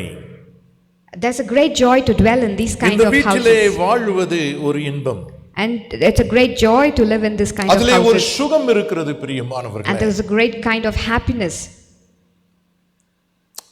நாம் எதை இன்றைக்கு பார்க்க போகிறோம் என்றால் So what are we going to learn today? போன வாரத்தில் ஞானத்தை சிலர் தேடுகிறார்கள் என்று சொல்லி அதை குறித்து நான் உங்களிடத்தில் பேசினேன். In the last week we discussed and meditated about wisdom. இன்றைக்கு நான் எதை குறித்து உங்கள் மத்தியிலே பேச இருக்கிறேன் என்றால் வாழ்க்கையிலே சொகுசான இன்பங்களை அனுபவிக்க வேண்டும் என்று சிலர் பிரயாசப்படுகிறார்கள். அது அவர்களின் வாழ்க்கையின் நோக்கமாக இருக்கிறது. And today we are going to discuss about the pleasure. Some people prioritize pleasure as their life அந்த purpose. இன்பம் எனக்கு வேண்டும், அந்த சொகுசான வாழ்க்கை எனக்கு வேண்டும், அந்த சொகுசுள்ள, அந்த உயர்ந்த, அந்த கனமுள்ள, பெருமைக்குரிய அந்த காரியங்கள் எனக்கு வேண்டும் என்று அநேகர் வாழ்ந்து கொண்டிருக்கிறார்கள். There are many people who are living considering that they need a particular kind of pleasure, they need pride, they need an upliftment in their life which gives them joy. ஆனபடினாலே Solomon ஞானி இதை குறித்து ஆராய வேண்டும் என்று முன் வருகிறான். So Solomon made a research and his findings on pleasure. 2வது அதிகாரம் முதல் வசனத்தில் இப்படியாக அவன் சொல்லுகிறான், நான் என் உள்ளத்திலே சொல்லிக் கொண்டது என்னவென்றால், வா இப்பொழுது உன்னை சந்தோஷத்தினாலே சோதித்து பார்ப்பேன், இன்பத்தை அனுபவி என்றேன். இதோ இதுவும் மாயையாய் இருக்கிறது. நகைப்பை குறித்து அது பைத்தியம் என்றும் சந்தோஷத்தை குறித்து அது என்ன செய்யும் என்று சொன்னேன். We see that in 2nd chapter verse 1, I said to myself, come now, I will test you with pleasure to find out what is good. But that also proved to be meaningless. ஒருவேளை நான் இதை இப்படியாக சொல்லுவேன் என்றால் நீங்கள் விளங்கிக் கொள்வதற்கு ஏதுவாக இருக்கும். இந்த 12 அதிகாரங்களிலும் அவன் சந்தோஷத்தை குறித்து, இன்பத்தை குறித்து பேசுகிறானே, அவைகளை எல்லாம் அவன் அலசி ஆராய்ந்து அதனுடைய முடிவை இங்கே சுருக்கமாக கொடுத்திருக்கிறான். In all these 12 chapters, we see that he has analyzed about joy and pleasure, and he has summed up that in chapter 2. அவன் முதலாவதாக எதை ஆராய்ச்சி செய்தான் என்று பார்ப்பீர்கள் என்றால், அவன் சந்தோஷமா இருப்பதாக நினைக்கிறான், இன்பமா இருப்பதாக நினைக்கிறானே, அந்த இன்பம் அவனுக்கு சந்தோஷத்தை கொடுத்ததா என்று பார்க்க விரும்புகிறான். Firstly, Solomon wanted to do a research. He says that he tested. So a test was done with what he counted joyful, whether or not, whether that actually gave Solomon joy. இன்பம் சந்தோஷத்தை கொடுக்க வேண்டும் என்ற அவசியம் இல்லை பிரியமானவர்களே. Pleasure need not actually give joy. நான் நிறைய போதை வஸ்துக்களுக்கு இருந்து கொண்டிருக்கக்கூடிய அநேகரிடத்திலே நான் பேசியிருக்கிறேன், ஆலோசனை கொடுத்திருக்கிறேன். I have encountered and counseled a lot of people who have been addicted to drugs. அந்த போதை வஸ்துக்கு தங்களை ஒப்பு கொடுக்கிற பொழுது அவர்களுக்கு இன்பம் ஏற்படும், ஆனால் அவர்களை பார்த்து அதிலே சந்தோஷம் இருந்ததா என்று கேட்டால் இல்லை என்று சொல்வார்கள். So people who have been taking drugs, when they yield themselves to drugs, they definitely encounter a kind of pleasure. But if you would question if they actually had joy, then certainly not. நான் போன வாரத்திலே பேசின பொழுது அநேகருடைய படங்களை காண்பித்து இவர்களெல்லாம் வாழ்க்கையிலே பெரிதாக சாதித்தார்கள், ஆனால் தற்கொலை செய்து கொண்டார்கள் என்று சொன்னேன். In the last week, you all saw the picture of 4 people who had achieved a lot of things in life, but they committed suicide. இன்பம் இருக்கிறது, ஆனால் சந்தோஷமாய் இருக்கிறீர்களா? There is pleasure, but there is no joy. ஒரு நாளிலே நான் அறிந்த ஒருவன் விபச்சாரத்திலே ஈடுபட்டு அவன் கடந்து வந்து கொண்டிருக்கிறான் என்பதை நான் அறிந்து அவனை சந்தித்து அவனை நான் கண்டித்து உணர்த்தினேன். On a particular day, I convicted a person who had committed adultery, and I spoke to him about it. அவனும் கூட என்ன சொன்னான் என்றால், எனக்கு இன்பம் இருக்கிறது ஆனால் சந்தோஷம் இல்லை என்று சொன்னான். What he admitted was he did have pleasure, but he has no joy now. அதுதான் இங்கே சாலமன் ஆராய்ச்சி பண்ண விரும்புகிறான் இந்த புத்தகத்துல. That is exactly what Solomon is analyzing in this particular book. அதை ஆராய்ந்த பிறகு இப்படியாக அவன் சொல்ல ஆசைப்படுகிறான். This is what he tries to conclude. எனக்கு இன்பமாய் இருந்தவைகள் எல்லாம் அழகாய் இருந்தது என்று சொல்லுகிறான் முதலாவதாக. And he looked at them and they were so beautiful. ஆனால் அதே நேரத்தில் அவன் என்ன சொல்லுகிறான் என்றால், அவைகள் எல்லாம் மாயையாய் இருக்கிறது என்றும் சொல்லுகிறான். And in the end he says that they are in vain and they are just mere vapor. அப்படி என்றால் என்ன பொருள் என்றால், ஏதோ இருப்பதை போல இருக்கிறது, ஆனால் அங்கே போனால் அது இல்லை. அது ஒரு புகையை போல, அதை பிடிக்க முடியாது, அதை ருசிக்க முடியாதால் இருப்பதை போல இருக்கிறது, ஆனால் இல்லை என்று சொல்லுகிறான். So the significance of that is it seems like something actually exists, and when we go ahead to acquire that, it is mere vapor. அந்த இன்பத்தில் இருக்கிற பொழுது அவனுக்கு நகைப்பு இருப்பதாக சொல்லுகிறான், ஆனால் அந்த நகைப்பும் பைத்தியமாய் இருக்கிறது என்று சொல்லுகிறான். His laughter is found to be a madness. The pleasure that he gets in that kind of a myth is just mere madness. அந்த பைத்தியம் என்று சொல்லப்பட்டிருக்கக்கூடிய வார்த்தைக்கு நீங்கள் ஒரு பைத்தியக்காரனை அங்கே கற்பனை பண்ணக்கூடாது. For the word mad, you shouldn't consider or relate that to a madman in actual. அந்த நகைப்பு இருந்தது, ஆனால் அந்த நகைப்பு நிலையாய் இல்லை, நிரந்தரமாய் இல்லை, பாராட்டுக்குரியதாய் இல்லை, அது உண்மையாய் இல்லை. There was laughter, but this laughter was not true. It was not everlasting. That is the essence. பிறகு சொல்லுகிறான், அவனுடைய வாழ்க்கையிலே சந்தோஷம் இருந்தது, ஆனால் அது உபயோகமற்றதாக இருந்தது என்று சொல்லுகிறான். And he says there was pleasure in his life, but it was proven to be useless. இன்பம் சில நேரங்களிலே சந்தோஷம் கொடுக்கும், ஆனால் அந்த சந்தோஷம் உபயோகமில்லாத சந்தோஷம் என்று சொல்லி முடிக்கிறான். பிரியமானவர்களே, Pleasure at times gives laughter, but it seems to be useless. சுருக்கமாக சொல்ல வேண்டும் என்றால், To tell it in short, இன்பம் கொடுக்கிறவைகள் எல்லாம் சந்தோஷம் கொடுக்காது. all that which gives pleasure does not actually gives joy. அப்படி அந்த இன்பமா இருக்கிற பொழுது, அதை நன்றாக உற்று பார்க்கிற பொழுது அதிலே பாராட்டுகிற அளவில் எதுவுமே இருக்காது. When we actually look into keenly for the matter which gives pleasure, there is nothing of much praise about it. ஒருவேளை அந்த இன்பத்திலிருந்து எனக்கு சந்தோஷம் கிடைத்தாலும் கூட அந்த சந்தோஷம் எதற்கும் உபயோகமில்லாத சந்தோஷமாக இருக்கும் என்று சொல்லுகிறார். Even if I am able to get some joy out of that pleasure, that joy is is not useful, it's useless. ஒருவேளை நீங்கள் அங்கே ஸ்கிரீனிலே பார்ப்பீர்கள் என்றால் ஒவ்வொரு வார்த்தைக்கும் நான் சிவப்பினாலே கட்டமிட்டிருக்கிறேன். If you could look at the screen, you see that there are text boxes which have been highlighted with some words. நான் உங்களுக்கு எடுத்து குறித்து கொடுத்த இந்த வியாக்கியானங்கள் எல்லாம் அந்த தனிப்பட்ட வார்த்தைகளிலிருந்து இந்த சூழ்நிலையிலிருந்து நான் உருவாக்கி கொடுக்கின்ற காரியங்களாய் இருக்கிறது. The meditation which I just now gave you all is from these highlighted words. சரி, இந்த ஆராய்ச்சியையும் இந்த முடிவையும் சுருக்கமாய் சொன்ன பிறகு இப்பொழுது சாலமன் தன்னுடைய வாழ்க்கையின் சம்பவங்களை எடுத்து நம் மத்தியிலே பேச இருக்கிறார். After Solomon has summed up his analysis, now Solomon talks about his life confessions. இது அவனுடைய வாழ்க்கையிலே நடந்த காரியங்கள், அவன் உணர்ந்த காரியங்களை நமக்கு நேரிடையாக அவன் சொல்ல விரும்புகிறான். And these are the things which Solomon has realized and he wants us to be aware of it. இரண்டாவது அதிகாரம் 3வது வசனத்திலே போய் பார்ப்பீர்கள் என்றால் அவன் சொல்லுகிறான், வானத்தின் கீழ் மனுபுத்திரர் உயிரோடு இருக்கும் நாளளவும் பெற்று அனுபவிக்கத்தக்கது இன்னதென்று அறியும் பொருட்டு என் இருதயத்தை ஞானத்தினால் தேற்றிக் கொண்டிருக்கும் போதே நான் என் தேகத்தை மதுபானத்தால் சீராட்டி கொண்டிருக்கவும் மதியினத்தை பற்றி இருக்கவும் என் உள்ளத்தில் வகை தேடினேன் என்று சொல்லுகிறான்.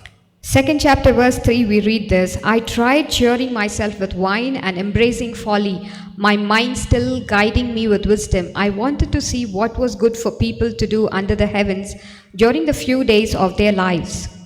அவன் என்ன சொல்ல விரும்புகிறான் என்றால், ஞானியாய் இருக்கக்கூடிய நான் 2 குணாதிசயங்களை கொண்டவனாக 2 புத்தியுள்ளவனாக நான் காணப்பட்டேன் என்று சொல்லுகிறான். So what Solomon is trying to say is, though I am a man of wisdom, I was double-minded. ஒரு பக்கத்திலே நான் ஞானத்தினாலே அறிவினாலே என் இருதயத்தை தேற்றிக்கொண்டு நான் எப்படி வாழ வேண்டும், எப்படி நோக்கத்திற்காக வாழ வேண்டும் என்று யோசித்துக் கொண்டிருக்கிற வேளையிலே இன்னொரு மனம் அது பைத்தியகாரத்தனமாக தேவையில்லாத காரியங்களுக்குள்ளாக கடந்து போய் மதுவை எடுத்து நான் குடிக்கவும் என்னை சீரழித்துக் கொள்ளவும் அது என்னை நடத்தினது என்று சொல்லுகிறான். So Solomon says that though one part of me was guided by wisdom to do the right thing, the other half of me was given myself to entertainment and folly and to gratify my own body. இங்கே ஒரு உருவத்தை பார்க்கிறீர்கள், அதற்கு 2 தலைகள் இருக்கிறது. Now here you see a picture which has 2 heads. ஒரு தலை ஞானத்தை நினைத்துக் கொண்டிருக்கிறது, இன்னொரு தலையோ மதியினத்தை பற்றி கொண்டிருக்கிறது. Here you see that one head is thinking about wisdom and the other head is thinking about foolishness. இது சாலமோனின் அனுபவம். This is the analysis of Solomon. இதை நினைத்து அவன் மிகவும் கடினப்படுகிறான். பிரியமானவர்களே, because of this double-mindedness he is much confused. என் இருதயத்தை ஞானத்தினால் தேற்றிக் கொண்டிருக்கும் போதே என் தேகத்தை மதுபானத்தால் சீராட்டி கொண்டிருக்கவும் மதியினத்தை பற்றி இருக்கவும் என் உள்ளத்தில் வகை தேடினேன். என்ன நிர்பந்தமான மனிதன் நான் என்று அவன் சொல்லுகிறான். As much as he tried to train his mind with wisdom, he also tried cheering himself with wine. These 2 things were contradicting and this grieved him. இப்பொழுது அடுத்ததாக சாலமன் தன்னுடைய வாழ்க்கையில எவைகளை எல்லாம் அவன் செய்து முடித்தான் என்று நான் உங்கள் மத்தியிலே கொண்டு வந்து சொல்ல ஆசைப்படுகிறேன். Now secondly, I would like to tell you all what are the things that Solomon achieved in his life. 4வது வசனத்திலிருந்து நீங்கள் வாசிப்பீர்கள் என்றால் அவன் என்ன சொல்லுகிறான், நான் பெரிய வேலைகளை செய்தேன், எனக்காக வீடுகளை கட்டினேன், திராட்சை தோட்டங்களை நாட்டினேன், எனக்காக தோட்டங்களையும் சிங்கார வனங்களையும் உண்டாக்கி அவைகளில் சகல வகை கனி விருட்சங்களையும் நாட்டினேன், மரங்கள் பயிராகும் தோப்புக்கு நீர் பாய்ச்சுகிறதற்கும் இந்த குளங்களை உண்டு பண்ணினேன், வேலைக்காரரையும் வேலைக்காரிகளையும் சம்பாதித்தேன், வீட்டில் வேலைக்காரர் பிறந்தார்கள், எனக்கு முன் எருசலேமில் இருந்த எல்லாரை பார்க்கிலும் ஆடு மாடு முதலான 2 ஆஸ்திகள் எனக்கு இருந்தது, வெள்ளியையும் பொன்னையும் ராஜ சம்பத்தையும் மாகாணங்களில் உள்ள பொருள்களையும் சேகரித்தேன், சங்கீதக்காரரையும் சங்கீதக்காரிகளையும் மனுபுத்திரருக்கு இன்பமான பலவித வாத்தியங்களை சம்பாதித்தேன், எனக்கு முன் எருசலேமில் இருந்த எல்லாரை பார்க்கிலும் நான் பெரியவனும் திரவிய சம்பனுமானேன், என் ஞானமும் என்னோட கூட இருந்தது, என் கண்கள் இச்சித்தவைகளை ஒன்றையும் நான் அவைகளுக்கு தடை பண்ணவில்லை, என் இருதயத்திற்கு ஒரு சந்தோஷத்தையும் நான் வேண்டாம் என்று விளக்கவில்லை என்று சொல்லுகிறான். பிரியமானவர்களே, and in verse 4 we see that Solomon did great works. He built houses and planted vineyards for himself, made gardens and parks and planted in them all kinds of fruit trees, made pools from which to water the forest of growing trees. He bought male and female slaves and had slaves born in his house, had also great possessions of herds and flocks, and more than anyone who had been before him in Jerusalem. He was a great man. ஆக இவைகளை எல்லாம் அவன் சேர்த்து கொண்டிருக்கும் பொழுது அவனுக்குள்ளாக ஞானமும் கிரியை செய்து கொண்டே இருந்தது என்றும் சொல்லுகிறான். So when he was acquiring and achieving all of these, we see that there was wisdom functioning through him.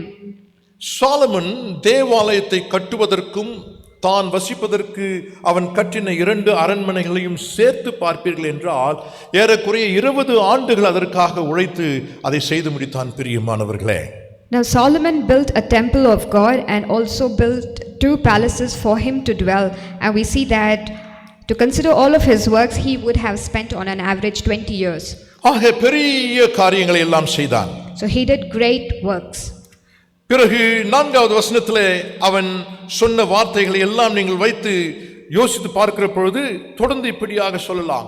அவனுக்கு வெள்ளி வந்தது, தங்கங்கள் வந்தது, எல்லாம் வந்தது அவனுக்கு என்று பார்க்கிறோம். And if we continue to read further, we see that he gathered silver and gold and the treasury for kings and provinces. இவைகளை எல்லாம் சம்பாதித்த பிறகு And after he achieved all of these things, அவன் இப்படியாக அவன் அதை சோதித்து பார்த்தான் என்று 9வது வசனத்திலே வாசிக்கிறோம். and then we see that Solomon did an appraisal of himself in 9th N verse. ஞானமும் என்னோட கூட இருந்தது, என் கண்கள் இச்சித்தவைகளில் ஒன்றையும் நான் அவைகளுக்கு தடை பண்ணவில்லை, என் இருதயத்திற்கு ஒரு சந்தோஷத்தையும் நான் வேண்டாம் என்று விலக்கவில்லை, நான் செய்த முயற்சிகளில் எல்லாம் என் மனம் மகிழ்ச்சி கொண்டிருந்தது, இதுவே என் பிரயாசங்கள் எல்லாவற்றினாலும் எனக்கு வந்த பலன் என்று சொல்லுகிறார். Also my wisdom remained with me. I kept my heart from no pleasure, for my heart found pleasure in all my toil, and this way my reward for all my toil. என்ன சொல்ல விரும்புகிறான் என்று பார்ப்பீர்கள் என்றால், அவன் பட்ட எல்லா பிரயாசங்களையும் 2 தலைப்பிலே முதலிலே வாசித்தோம் அல்லவா, அதிலே கொண்டு வந்து நிறுத்துகிறான். என்ன? நகைப்பு, லாஃப்டர், பிறகு அடுத்ததாக பார்க்கிற பொழுது பிளஷர், இன்பம். இந்த 2 காரியத்திற்காக நான் எல்லாவற்றையும் செய்து முடித்தேன் என்று சொல்லுகிறான். Solomon sums up telling that all that he toiled for summed up for 2 main aspects. One is laughter and another one is pleasure. இந்த 2 காரியங்களையும் அவனுக்குள்ளாக இருக்கிற ஞானம் இப்பொழுது அலசி ஆராய்கிறதாம். Now these 2 things has been analyzed by the wisdom which is in him. இந்த அலசி ஆராய்கிற பொழுது அது என்ன சொல்லுகிறது என்று பார்க்கிற பொழுது, அவன் செய்த முயற்சிகள் எல்லாம் என்று தமிழிலே போடப்பட்டிருக்கிறது அல்லவா. முயற்சிகள் என்ற தமிழ் ஆக்கத்தை நான் ஏற்றுக்கொள்ள சற்று தயங்குகிறேன். ஏனென்றால் நான் பட்ட எல்லா பிரயாசங்களும், நான் பட்ட எல்லா வேதனைகளும், நான் பட்ட எல்லா கஷ்டங்களும் என்று நாம் அதை எடுத்துக்கொள்ள வேண்டும். And we see that all his efforts, so he had a lot of work, he put in a lot of effort, so which ended in toils and sorrow. He toiled to enjoy laughter and pleasure. ஆக அந்த கஷ்டங்கள், அந்த வேதனைகள் எல்லாவற்றையும் நான் செலுத்தி இந்த மகிழ்ச்சியை நான் எனக்குள்ளாக கொண்டு வந்தேன் என்று சொல்லுகிறான். So therefore he had to undergo difficulty and sorrow for him to enjoy laughter and pleasure. கடைசியாக என்ன சொல்லுகிறான் என்றால், இவ்வளவு பாடுகள் கஷ்டங்கள் பட்ட பிறகும் கூட எனக்கு வந்த சந்தோஷத்தை நான் பார்க்கிற பொழுது அது தேவன் எனக்கு கொடுக்க வேண்டும் என்று கொடுத்த சந்தோஷமாக நான் பார்க்கவில்லை, அதை நானாகவே சம்பாதித்துக் கொண்ட என் சந்தோஷம் என்று பார்க்கிறேன் என்று சொல்லுகிறார். Solomon says that toiling with laughter and pleasure is not the pleasure that God wanted Solomon to have, but that is the kind of pleasure that he sought for. அப்படி என்றால் என்ன அர்த்தம்? What does that mean? இந்த காரியங்கள் எல்லாம் கொடுத்தது யார் சாலமனுக்கு? So who's the one who gave all these things to him? இந்த காரியங்கள் எல்லாவற்றையும் சாலமனுக்கு கொடுத்தது தேவன். All these things were given to Solomon by God. அவைகள் எல்லாம் பெற்றுக்கொண்டு அவனுடைய உள்ளத்திலே சந்தோஷம் இருக்கிறது.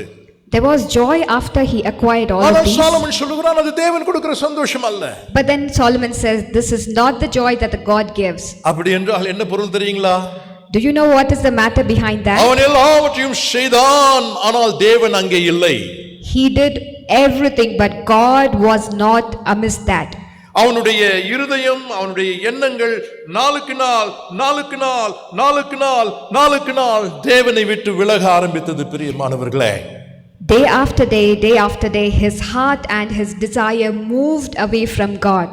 வேதத்திலே நல்ல முறையிலே ஆரம்பமாகி மோசமான முறையிலே போன ராஜாக்கள் என்று சொல்லுவோம் என்றால் சவுலையும் இவனையும் சாலமோனையும் நாம் நிச்சயமாக சொல்லலாம். If we have to consider about two great kings who had a good start and had a not so very great ending, we could consider Saul and King Solomon. கர்த்தருக்கு ஸ்தோத்திரம். கடைசி நாட்களிலே சாலமோன் மனம் திரும்பி இருக்க வேண்டும் என்று நான் நிச்சயமாக நம்புகிறேன். Praise be to God. I do consider that in the end days Solomon did admit his mistake and repented. கர்த்தர் எல்லா சம்பாத்தியத்தையும் கொடுத்தார், எல்லா மேன்மையும் கொடுத்தார். ஆனால் அதிலே அவனுக்கு தேவன் எதிர்பார்த்த சந்தோஷம் இல்லை என்றால் அதிலே தேவன் இல்லை என்று பொருள். பிரியமானவர்களே, Solomon had all the pride and all the fame, but because he did not have the joy in him, which means that the Lord was not amidst in all that. இப்படியாக இவைகளை எல்லாம் அலசி ஆராய்ந்து முடிவாக சில காரியங்களை சொல்லுகிறான். நான் அதை உங்களுக்கு எடுத்துரைக்க ஆசைப்படுகிறேன். So after analyzing all of this, Solomon came to a conclusion. I would like to bring that before you all. 11வது வசனத்திலே சொல்லுகிறான், என் கைகள் செய்த சகல வேலைகளையும் நான் பட்ட எல்லா பிரயாசத்தையும் கண்ணோக்கி பார்த்தேன். இதோ எல்லா மாயையும் மனதுக்கு சஞ்சலமுமாய் இருந்தது. சூரியனுக்கு கீழே பலன் ஒன்றுமில்லை என்று சொல்லுகிறான். பிரியமானவர்களே, Verse 11 says that, yet when I surveyed all that my hands had done and what I had toiled to achieve, everything was meaningless, a chasing after the wind. Nothing was gained under the sun. அந்த சகல வேலை என்று சொல்லுகிறான் அல்லவா, அந்த சகல வேலையிலே நீங்கள் தேவாலயத்தையும் இணைக்க வேண்டும். அவன் கட்டின அவனுடைய இரண்டு அரண்மனைகளையும் நீங்கள் சேர்க்க வேண்டும். And the word which says that what I had toiled to achieve, here you must consider the work that was behind building the God's temple and also his own palace. அவன் கட்டின எல்லாவற்றையும் தேவன் அனுமதித்தார். All that he built, the Lord permitted. ஆனால் மாயை மனதுக்கு சஞ்சலமாக பலன் ஒன்றுமில்லாமல் இருக்கிறது என்று சொல்லுகிறான். பிரியமானவர்களே, But then he says it is all in vain. There is a sorrow in the heart. ஏனென்றால் கர்த்தர் அங்கே இல்லை. Because the Lord was not amidst all that. அவனுடைய முடிவை நாம் இப்படியாக நான் உங்களுக்கு எடுத்து சொல்ல ஆசைப்படுகிறேன். I would like to say his conclusion in this way. அவன் எல்லா வீடுகளை கட்டினான், திராட்சை செடிகளை நட்டான், அவனுக்கு என்னென்ன தேவையோ எல்லாவற்றையும் பெற்றுக்கொண்டான். இவைகள் எல்லாம் பெற்று அனுபவித்துக் கொண்டிருக்கிற வேளையில அவன் கடைசியிலே சொல்லுகிறான் என்னவென்றால், என் வாழ்க்கையிலே பிரயாசப்பட்டேன், அந்த பிரயாசங்கள் எல்லாம் மாயையாக இருப்பதை நான் பார்த்தேன். அந்த மாயை தான் நான் சந்தோஷம் இன்பம் என்று நான் நினைத்துக் கொண்டிருந்தேன். இப்பொழுது கடைசியாக பார்க்கிற பொழுது இவைகளை எல்லாம் ஏன் எனக்கு கர்த்தர் கொடுத்தாரோ அதை நான் செய்து முடிக்கவில்லையே என்று சொல்லுகிறார். We see that Solomon had built great houses, he planted vineyards, he had gardens, he had parks, and he had so many achievements and so many pride and pleasures in life. And he concludes telling that yet all this was achieved by toiling, and it was in vanity, and it did give pleasure, but it couldn't be of much accomplishment because God was not there. இந்த கணிதம் மிகவும் புரிவதற்கு ஏதுவான ஒரு கணிதமாக உங்களுக்கு சொல்லுகிறேன். I would like to highlight upon this conclusion. நான் பிரயாசப்பட்டேன், I toil, ஆனால் அது மாயை என்று உணர்ந்தேன். and I understand that everything is vanity. அது மாயையாக இருந்தாலும் கூட அதில் எனக்கு ஒரு விதமான சந்தோஷம் இருந்தது. Though it was of vanity, it did give me some kind of a pleasure. ஆனால் மொத்தத்திலே சொல்ல வேண்டும் என்றால், எதற்காக என் ஆண்டவர் இவைகளை எனக்கு கொடுத்தாரோ அதை நான் செய்யவில்லையே என்று சொல்லுகிறான். But in the end, if I have to see for whatever purpose God had given that to me, I did not accomplish that. வாழ்க்கையின் பாடங்கள் சாலமன் என்ன கற்றுக்கொண்டான் என்று பார்ப்போம். 7வது அதிகாரத்தில் இப்படியாக அவன் சொல்லுகிறான். 7வது அதிகாரத்தில் இருக்கக்கூடிய வசனங்கள் சிலவற்றை நான் வாசிக்கிறேன். 1வது வசனத்தில் இருந்து, பரிமள தைலத்தை பார்க்கிலும் நற்கீர்த்தியும் ஒருவனுடைய ஜனன நாளை பார்க்கலும் மரண நாளும் நல்லது, விருந்து வீட்டுக்கு போவதிலும் துக்க வீட்டுக்கு போவது நலம். இதில் எல்லா மனுஷரின் முடிவும் காணப்படும். உயிரோடு இருக்கிறவன் இதை தன் மனதிலே சிந்திப்பான். நகைப்பை பார்க்கிலும் துக்கிப்பு நலம், முக துக்கத்தினால் இருதயம் சீர்படும். ஞானிகளின் இருதயம் துக்க வீட்டிலே இருக்கும், மூடரின் இருதயம் களிப்பு வீட்டிலே இருக்கும். ஒருவன் மூடரின் பாட்டை கேட்பதிலும் ஞானியின் கடிந்து கொள்ளுதலை கேட்பது நலம். மூடனின் நகைப்பு பானையின் கீழ் எரிகிற முள்ளுகளின் படபடப்பை போல் இருக்கும், இதுவே மாயை என்று சொல்லுகிறார். இது முதல் பாடம். Let's understand what is Solomon's understanding based on the toilings of life in chapter 7. A good name is better than fine perfume, and the day of death better than the day of birth. It is better to go to a house of mourning than to a house of feasting, for death is the destiny of everyone. The living should take this to heart. Frustration is better than laughter, because a sad face is good for the heart.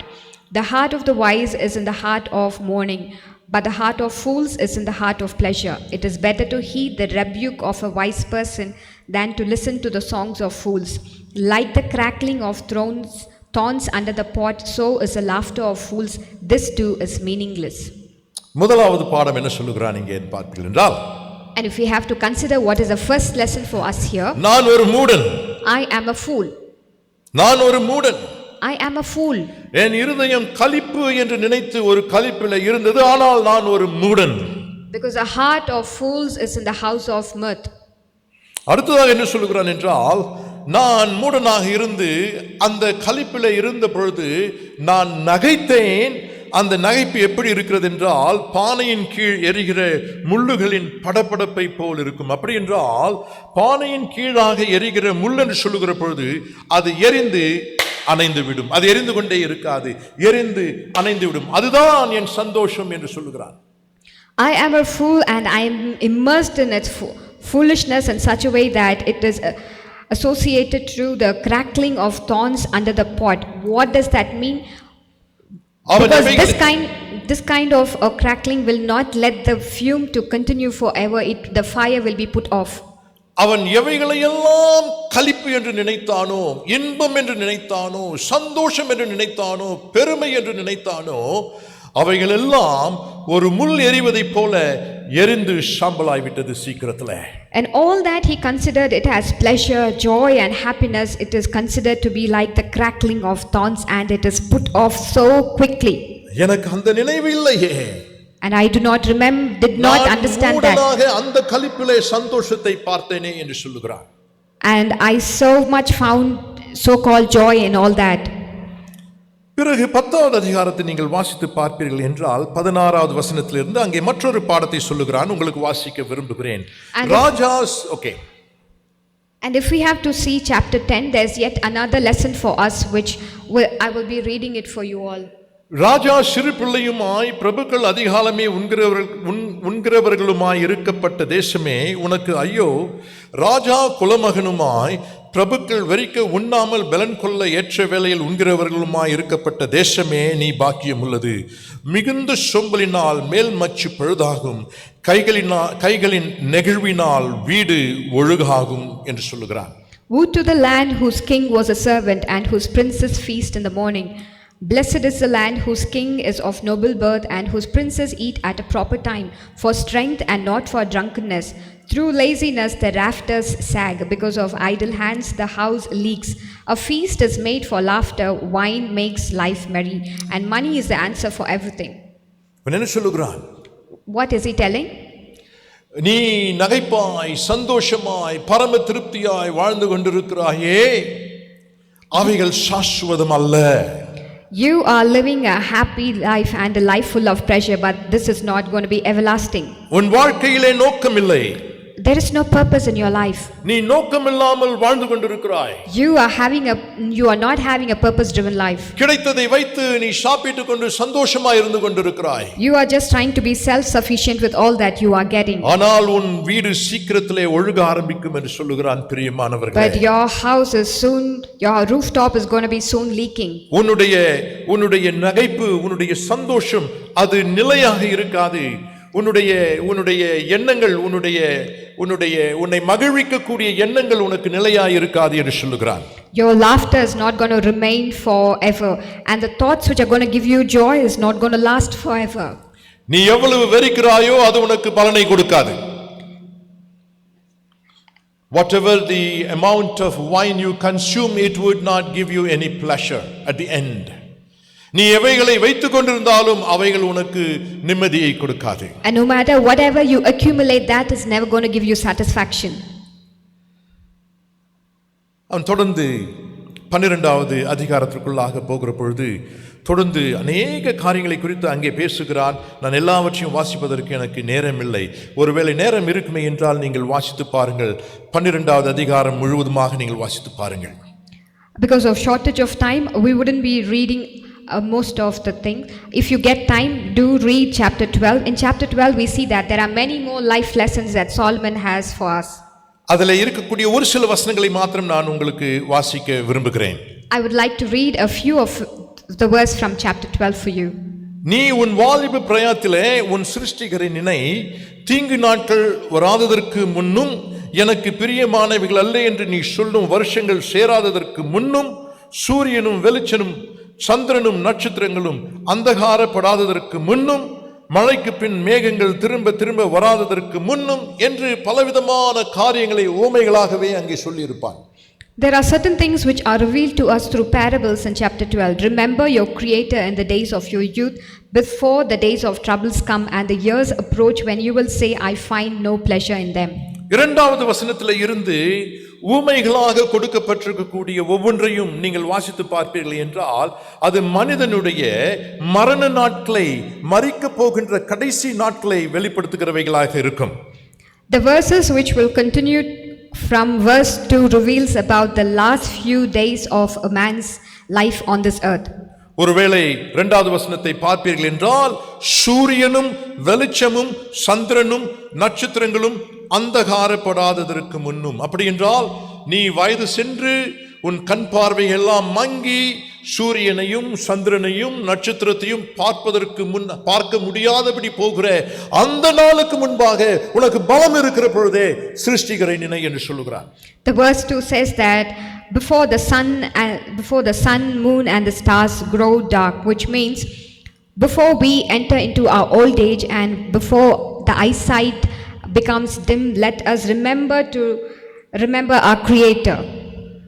அப்படி 3வது வசனம் 4வது வசனம் என்று வாசித்துக் கொண்டே போவீர்கள் என்றால் உன்னுடைய கண்கள் பழுதடைகிற பொழுது, உன் வாய்கள் பழுதடைகிற பொழுது, உன்னுடைய நாவுகள் பழுதடைய போகிற பொழுது, உன்னுடைய கால்கள் தள்ளாடுகிற பொழுது, உன்னுடைய கரங்கள் எல்லாம் உன்னை விட்டு உனக்கு உதவி இல்லாமல் போகிற வேளையிலே, அதாவது நீ மரிக்கிற வேளையிலே, அந்த மரிக்கிற வேளை வருவதற்கு முன்பதாக உனக்கு பலம் இருக்கிற பொழுதே சிருஷ்டிகரை நினை என்று சொல்லுகிறார். And when we continue to read, we see that before the strength in our body grows faint in our mouth, in our legs and every part of it, when we are in our youthful days, it is good for us to remember our Creator.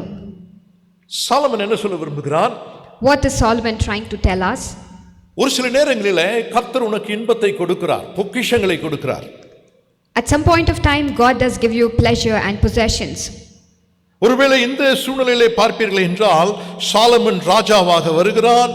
அவன் ஞானமுள்ளவனாக இருக்கிறான், அழகுள்ளவனாக இருக்கிறான், எல்லா சம்பாத்தியத்தையும் கொண்டவனாக இருக்கிறான், அநேக காரியங்களை செய்து முடித்தவனாக இருக்கிறான். இவைகள் எல்லாம் கர்த்தருடைய கிருபையினால் கொடுக்கப்பட்டவைகள். And at this point of situation we can understand that Solomon has been granted wisdom by God. He is smart and he has achieved many things. All this is by the grace of God. அவனுடைய வாழ்க்கையிலே இந்த மேன்மைகள் வர வர வர அவன் ஆண்டவரை மறந்து போனவனாய் காணப்படுகிறான். As there were many achievements and fame in his life, he forgot God. அவனை ஆண்டவர் ராஜாவாக உருவாக்கின பொழுது, when God made him as a king, அவனுடைய நோக்கம், அவன் செய்ய வேண்டிய காரியம், his purpose and the things which he had to do, இஸ்ரவேல் ஜனங்களை ஆளுகை செய்து தேவனுக்கு பிரியமான ராஜாவாக இருக்க வேண்டும், to rule the people of Israel and to be the king who was good in the sight of God. அப்படி என்றால் அவனுக்கு என்ன வேண்டி இருக்கிறது? That means what did he need? வாழ்க்கையின் முதன்மை காரியங்கள். He needed life priorities. சாலமனுக்கு முதலாவதாக இருந்திருக்க வேண்டியது என்ன? What was supposed to be Solomon's priority? தேவனுக்கு உரிய பயம். He had to have the fear of God. இரண்டாவதாக, Secondly, தேவன் அவனுக்கு கொடுத்த அந்த பொறுப்புகளிலே கடமையாய் இருந்திருக்க வேண்டும். he had to be a man of integrity in all that was endowed upon him by God.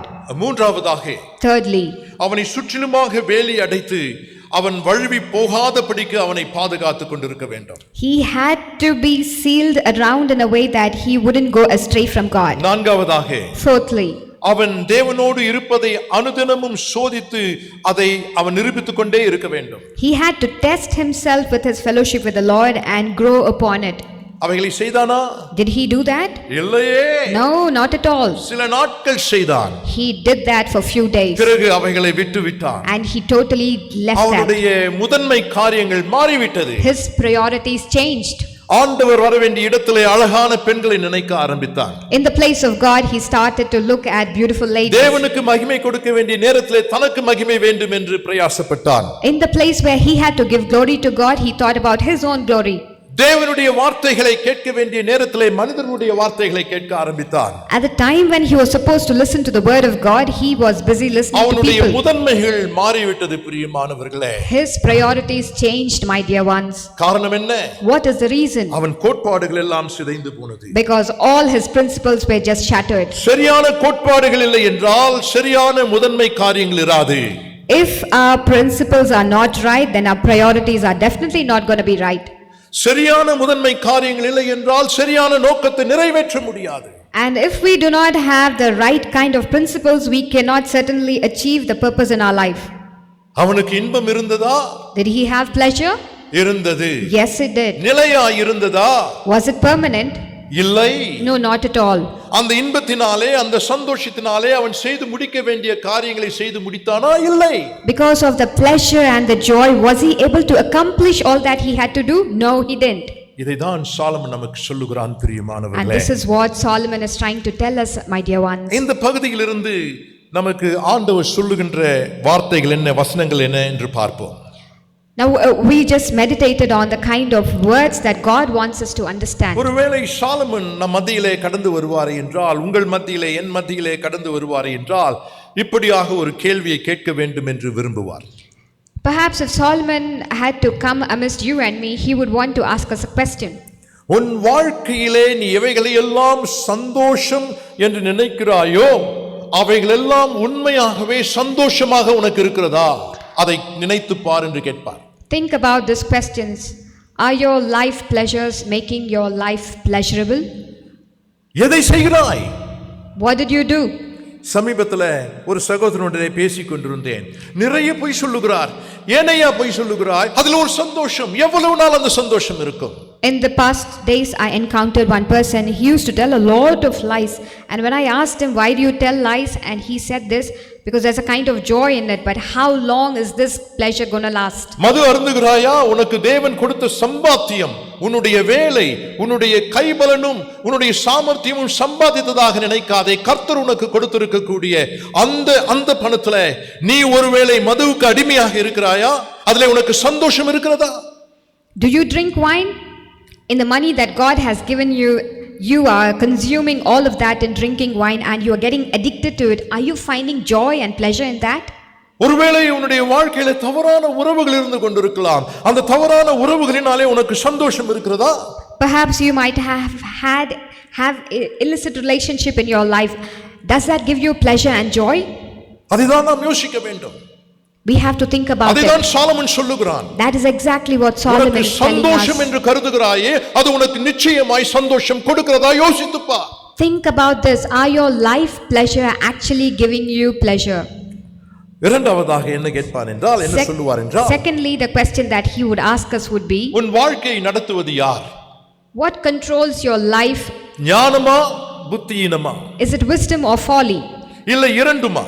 Or is it both of it? ஒரு நாளிலே ஞானத்தின்படி மற்றொரு நாளிலே புத்தியீனத்தின்படி வாழ்ந்து கொண்டிருக்கிறாயா? Or do you live your life by one day listening to wisdom and another day a life of folly? உனக்கு ஆண்டவர் ஞானத்தை கொடுத்திருக்கிறார். God has given you wisdom. அவர் உனக்கு புத்தியினத்தை கொடுக்கவே இல்லை. He did not give you foolishness. அந்த புத்தியினம் நீயாக தேடிக்கொண்டது. That foolishness is what you have sought. யோசித்து பார். Think about it. எது உன் வாழ்க்கையை நடத்தி கொண்டிருக்கிறது? What is controlling your life?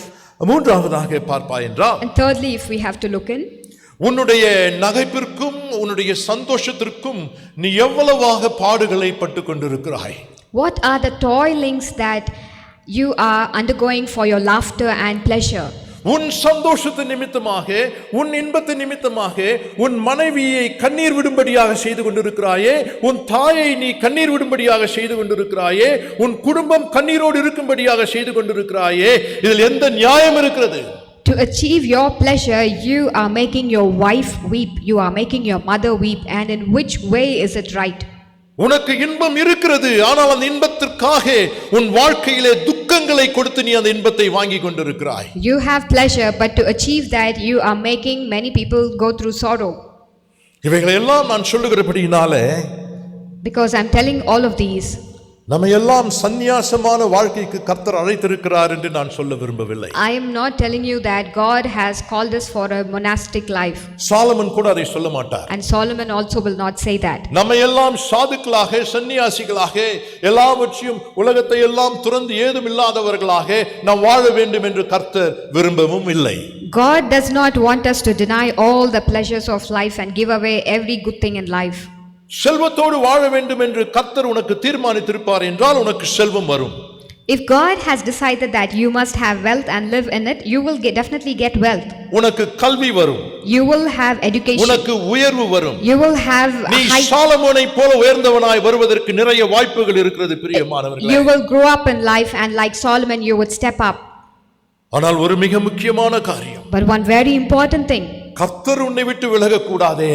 God should not go away from நீ you. எவ்வளவாக உயர்ந்தாலும் சரி, எவ்வளவாக பெருத்தாலும் சரி, கர்த்தர் உன்னை விட்டு விலக கூடாதே. No matter how much you grow and how much you get fame, God should not go away from you. கர்த்தர் இல்லாத உன் செல்வம் மாயை. Without God, all the wealth is in vain. கர்த்தர் இல்லாத இருக்கக்கூடிய கல்வி உனக்கு மாயை. Without God, all the education that you have is in கர்த்தர் இல்லாத vain. முன்னேற்றங்கள் உனக்கு மாயை. Without God, all your progress is in நீ vain. எவ்வளவுதான் பெரிய வீடுகள், தோட்டங்கள், துறவுகள் எல்லாம் வாங்கி அங்கே கர்த்தர் உன் வாழ்க்கையில் இல்லை என்றால் அது மாயை. No matter whatever wealth or house or garden you acquire, if there is no God, அது everything is மனதுக்கு in vain. சஞ்சலம் கொடுக்கும். And that would add sorrow to the heart. அது உபயோகம் இல்லாத ஒரு And காரியம். that is useless. ஆகவே கர்த்தர் நம்மை சாதுக்களாக வாழ வேண்டும் என்று அவர் அழைக்கவில்லை, மாறாக தாழ்மையோடு, சந்தோஷத்தோடு, தேவ பயத்தோடு, தேவ மகிமையோடு சம்பூரணமாய் வாழ வேண்டும் என்று விரும்புகிறார் பிரியமானவர்களே. So God has not called us to a monastic life, but rather God has called us to have a humble life, a life in which we can glorify God. சந்தோஷம் என்கின்ற வார்த்தை தேவன் இல்லாத ஒரு வார்த்தை அல்ல. The word pleasure does not mean a life without God. ஆனால் உன் வாழ்க்கையின் சந்தோஷத்திலே, அந்த சந்தோஷத்திலே உயர்விலே நீ இருக்கிற பொழுது கர்த்தர் அங்கே இல்லாமல் இருப்பாரே என்றால் அது தெய்வம் இல்லாத ஒரு வாழ்க்கை. But when God is not in your life pleasures, then that becomes ungodly. நீ வாலிபனாய் இருக்கிற பொழுதே, When you are in your உனக்கு youthful பலம் இருக்கிற days, பொழுதே, when you still have strength, சிந்திக்கக்கூடிய சக்தி இருக்கிற பொழுதே, when you have the ability உன் to கண்ணின் think, பார்வைகள் எல்லாம் மங்கி போவதற்கு முன்பே, before the eyesight of your eyes dim, நீ பேசுவதற்கு முடியாமல் போவதற்கு முன்பதாகவே, before you would stammer about talking, உன்னுடைய நாவின் ருசி இல்லாமல் போவதற்கு முன்பதாகவே, before you lose the taste buds of உன்னை your tongue, தாங்கி நிற்கக்கூடிய கால்கள் தள்ளாடி கீழே விழுவதற்கு முன்பதாகவே, before you lose strength in your legs, உனக்கு பலம் இருக்கிற பொழுதே, when you still have உனக்கு strength, ஞானம் இருக்கிற பொழுதே, when you still have wisdom, சிந்திக்கக்கூடிய ஆற்றல் இருக்கிற பொழுதே, when you still have the ability to think, சிருஷ்டிகரை நினை. think about your Creator. ஆண்டவரே, நாங்கள் உம்மை நினைப்பதற்கு எங்களுக்கு ஞானத்தை தாரும். God, give us the wisdom to think about நீர் you. எங்களுக்கு செல்வத்தை கொடுத்திருக்கிறீர், உயர்வை கொடுத்திருக்கிறீர். You have given us wealth and upliftment in life. ஆண்டவரே, உம்மை நாங்கள் மறந்து போய்விடாதபடிக்கு God, may we never forget you. உமக்கு முதலிடம் கொடுத்து, We want to keep you first. உமக்கு மாத்திரமே முதலிடம் கொடுத்து ஆண்டவரே, We want to keep you alone first. உமக்கு மகிமையாக வாழ்க கிருபை தாரும். Give us that kind of a life which will glorify you. வாலிப சகோதரர்களே, வாலிப சகோதரிகளே என்று ஆண்டவரே நான் உம்முடைய நாமத்தினாலே அழைக்கிறேன். சிருஷ்டிகரை நினையுங்கள் என்று சொல்லுகிறேன் பிதாவே. Young boys and girls, in the name of our Lord, I call you to think about the Creator in your youthful days. கைபலனும் சாமர்த்தியமும் சம்பாதித்தது என்று பெருமையினாலே, வீண் பெருமையினாலே, அழிந்து போகிற பெருமையினாலே, செருக்கினாலே ஆண்டவரே மக்கள் உம்மை விட்டு விலகாதபடி காத்துக்கொள்ளும். Lord, please protect these children that they might not be carried away by the vain fame that they achieve because of their strength. சாலமனின் சாட்சிக்காக நன்றி. Thank you, Lord, for the testimony of Solomon. அவனுடைய சாட்சி எங்கள் வாழ்க்கையிலே ஆண்டவரே பலனுள்ளதாக இருக்கிறபடியினால் நன்றி செலுத்துகிறோம். Lord, we thank you that his testimony is so fruitful in our lives. நல்ல முடிவுகளை எடுக்க கிருபை தாரும். Give us the grace to be truthful. இயேசுவின் மூலம் ஜெபிக்கிறோம் பிதாவே. In Jesus' name we pray, Father. Amen. Amen. Let's sing the closing song. நாம் நம்முடைய ஆராதனையின் முடிவு பாடலை பாடுவோம்.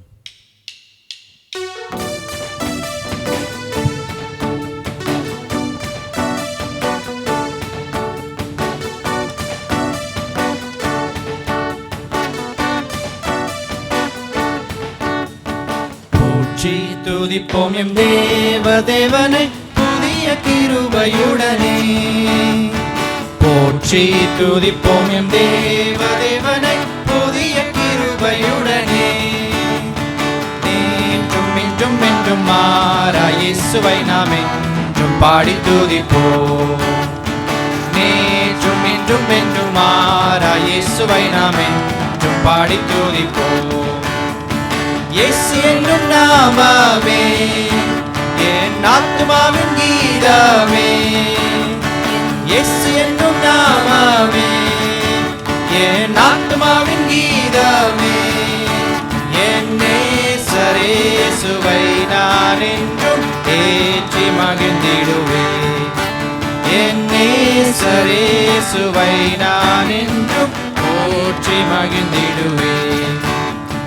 கோர பயங்கரமான புயலில் கொடிய அலைகள் மத்தியில், கோர பயங்கரமான புயலில் கொடிய அலைகள் மத்தியில், காக்கும் கரம் கொண்டு மார்பில் சேர்த்தனைத்த அன்பை என்றும் பாடுவே. காக்கும் கரம் கொண்டு மார்பில் சேர்த்தனைத்த அன்பை என்றும் பாடுவே. இயேசு என்னும் நாமமே என் ஆத்துமாவின் கீதமே. இயேசு என்னும் நாமமே என் ஆத்துமாவின் கீதமே. என் நேசரேசுவை நான் என்றும் ஏற்றி மகிழ்ந்திடுவேன். என் நேசரேசுவை நான் என்றும் ஏற்றி மகிழ்ந்திடுவேன். Happy Sunday. Thank you very much for joining us in our online worship. இந்த ஆன்லைன் ஆராதனையிலே கலந்து கொண்டவங்கள் அனைவருக்கும் நன்றி.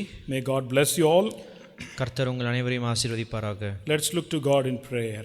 நாம் ஜெபத்திலே தேவனை நோக்கி பார்ப்போம். Gracious God, Heavenly Father, once again we want to thank you, we want to praise you for your presence during our worship time. We want to give you all glory and honor. Thank you, Lord, for helping us to, Lord, give you praise and thanks through our worship. Lord, in these difficult seasons of life, in this situation, you have given us time to praise you. You have given us time to, Lord, express our thanks and adorations and prayers and petitions to you. Heavenly Father, through songs, you have helped us to glorify your name. Through the message, you have helped us to, Lord, understand who you are and what you are doing for our life. Heavenly Father, this morning as we heard that, Lord, you are the one who gives us life principles and priorities. Lord, you are the one who is making our life proper. You are the one who is, Lord, building our life according to the principles of the Word of God. Heavenly Father, we want to thank you, we want to praise you. Thank you, Lord, for speaking to us. Thank you, Lord, for giving us your words of encouragement. Thank you, Lord, for helping us to understand your word this morning. We give you all glory and honor as we have heard your word. Help us to practice it. Help us to bring these principles in our life, in our day-to-day life. So through that, Lord, we would glorify your name. We pray that you would bless all of us and continue to, Lord, guide us and guard us. We give you all glory and honor. We pray in Jesus' name. Amen. May the grace of the Lord Jesus Christ, the love of the Father, the blessed fellowship of the Holy Spirit abide with us now and forevermore. Amen. Amen. Praise the Lord. Thank you.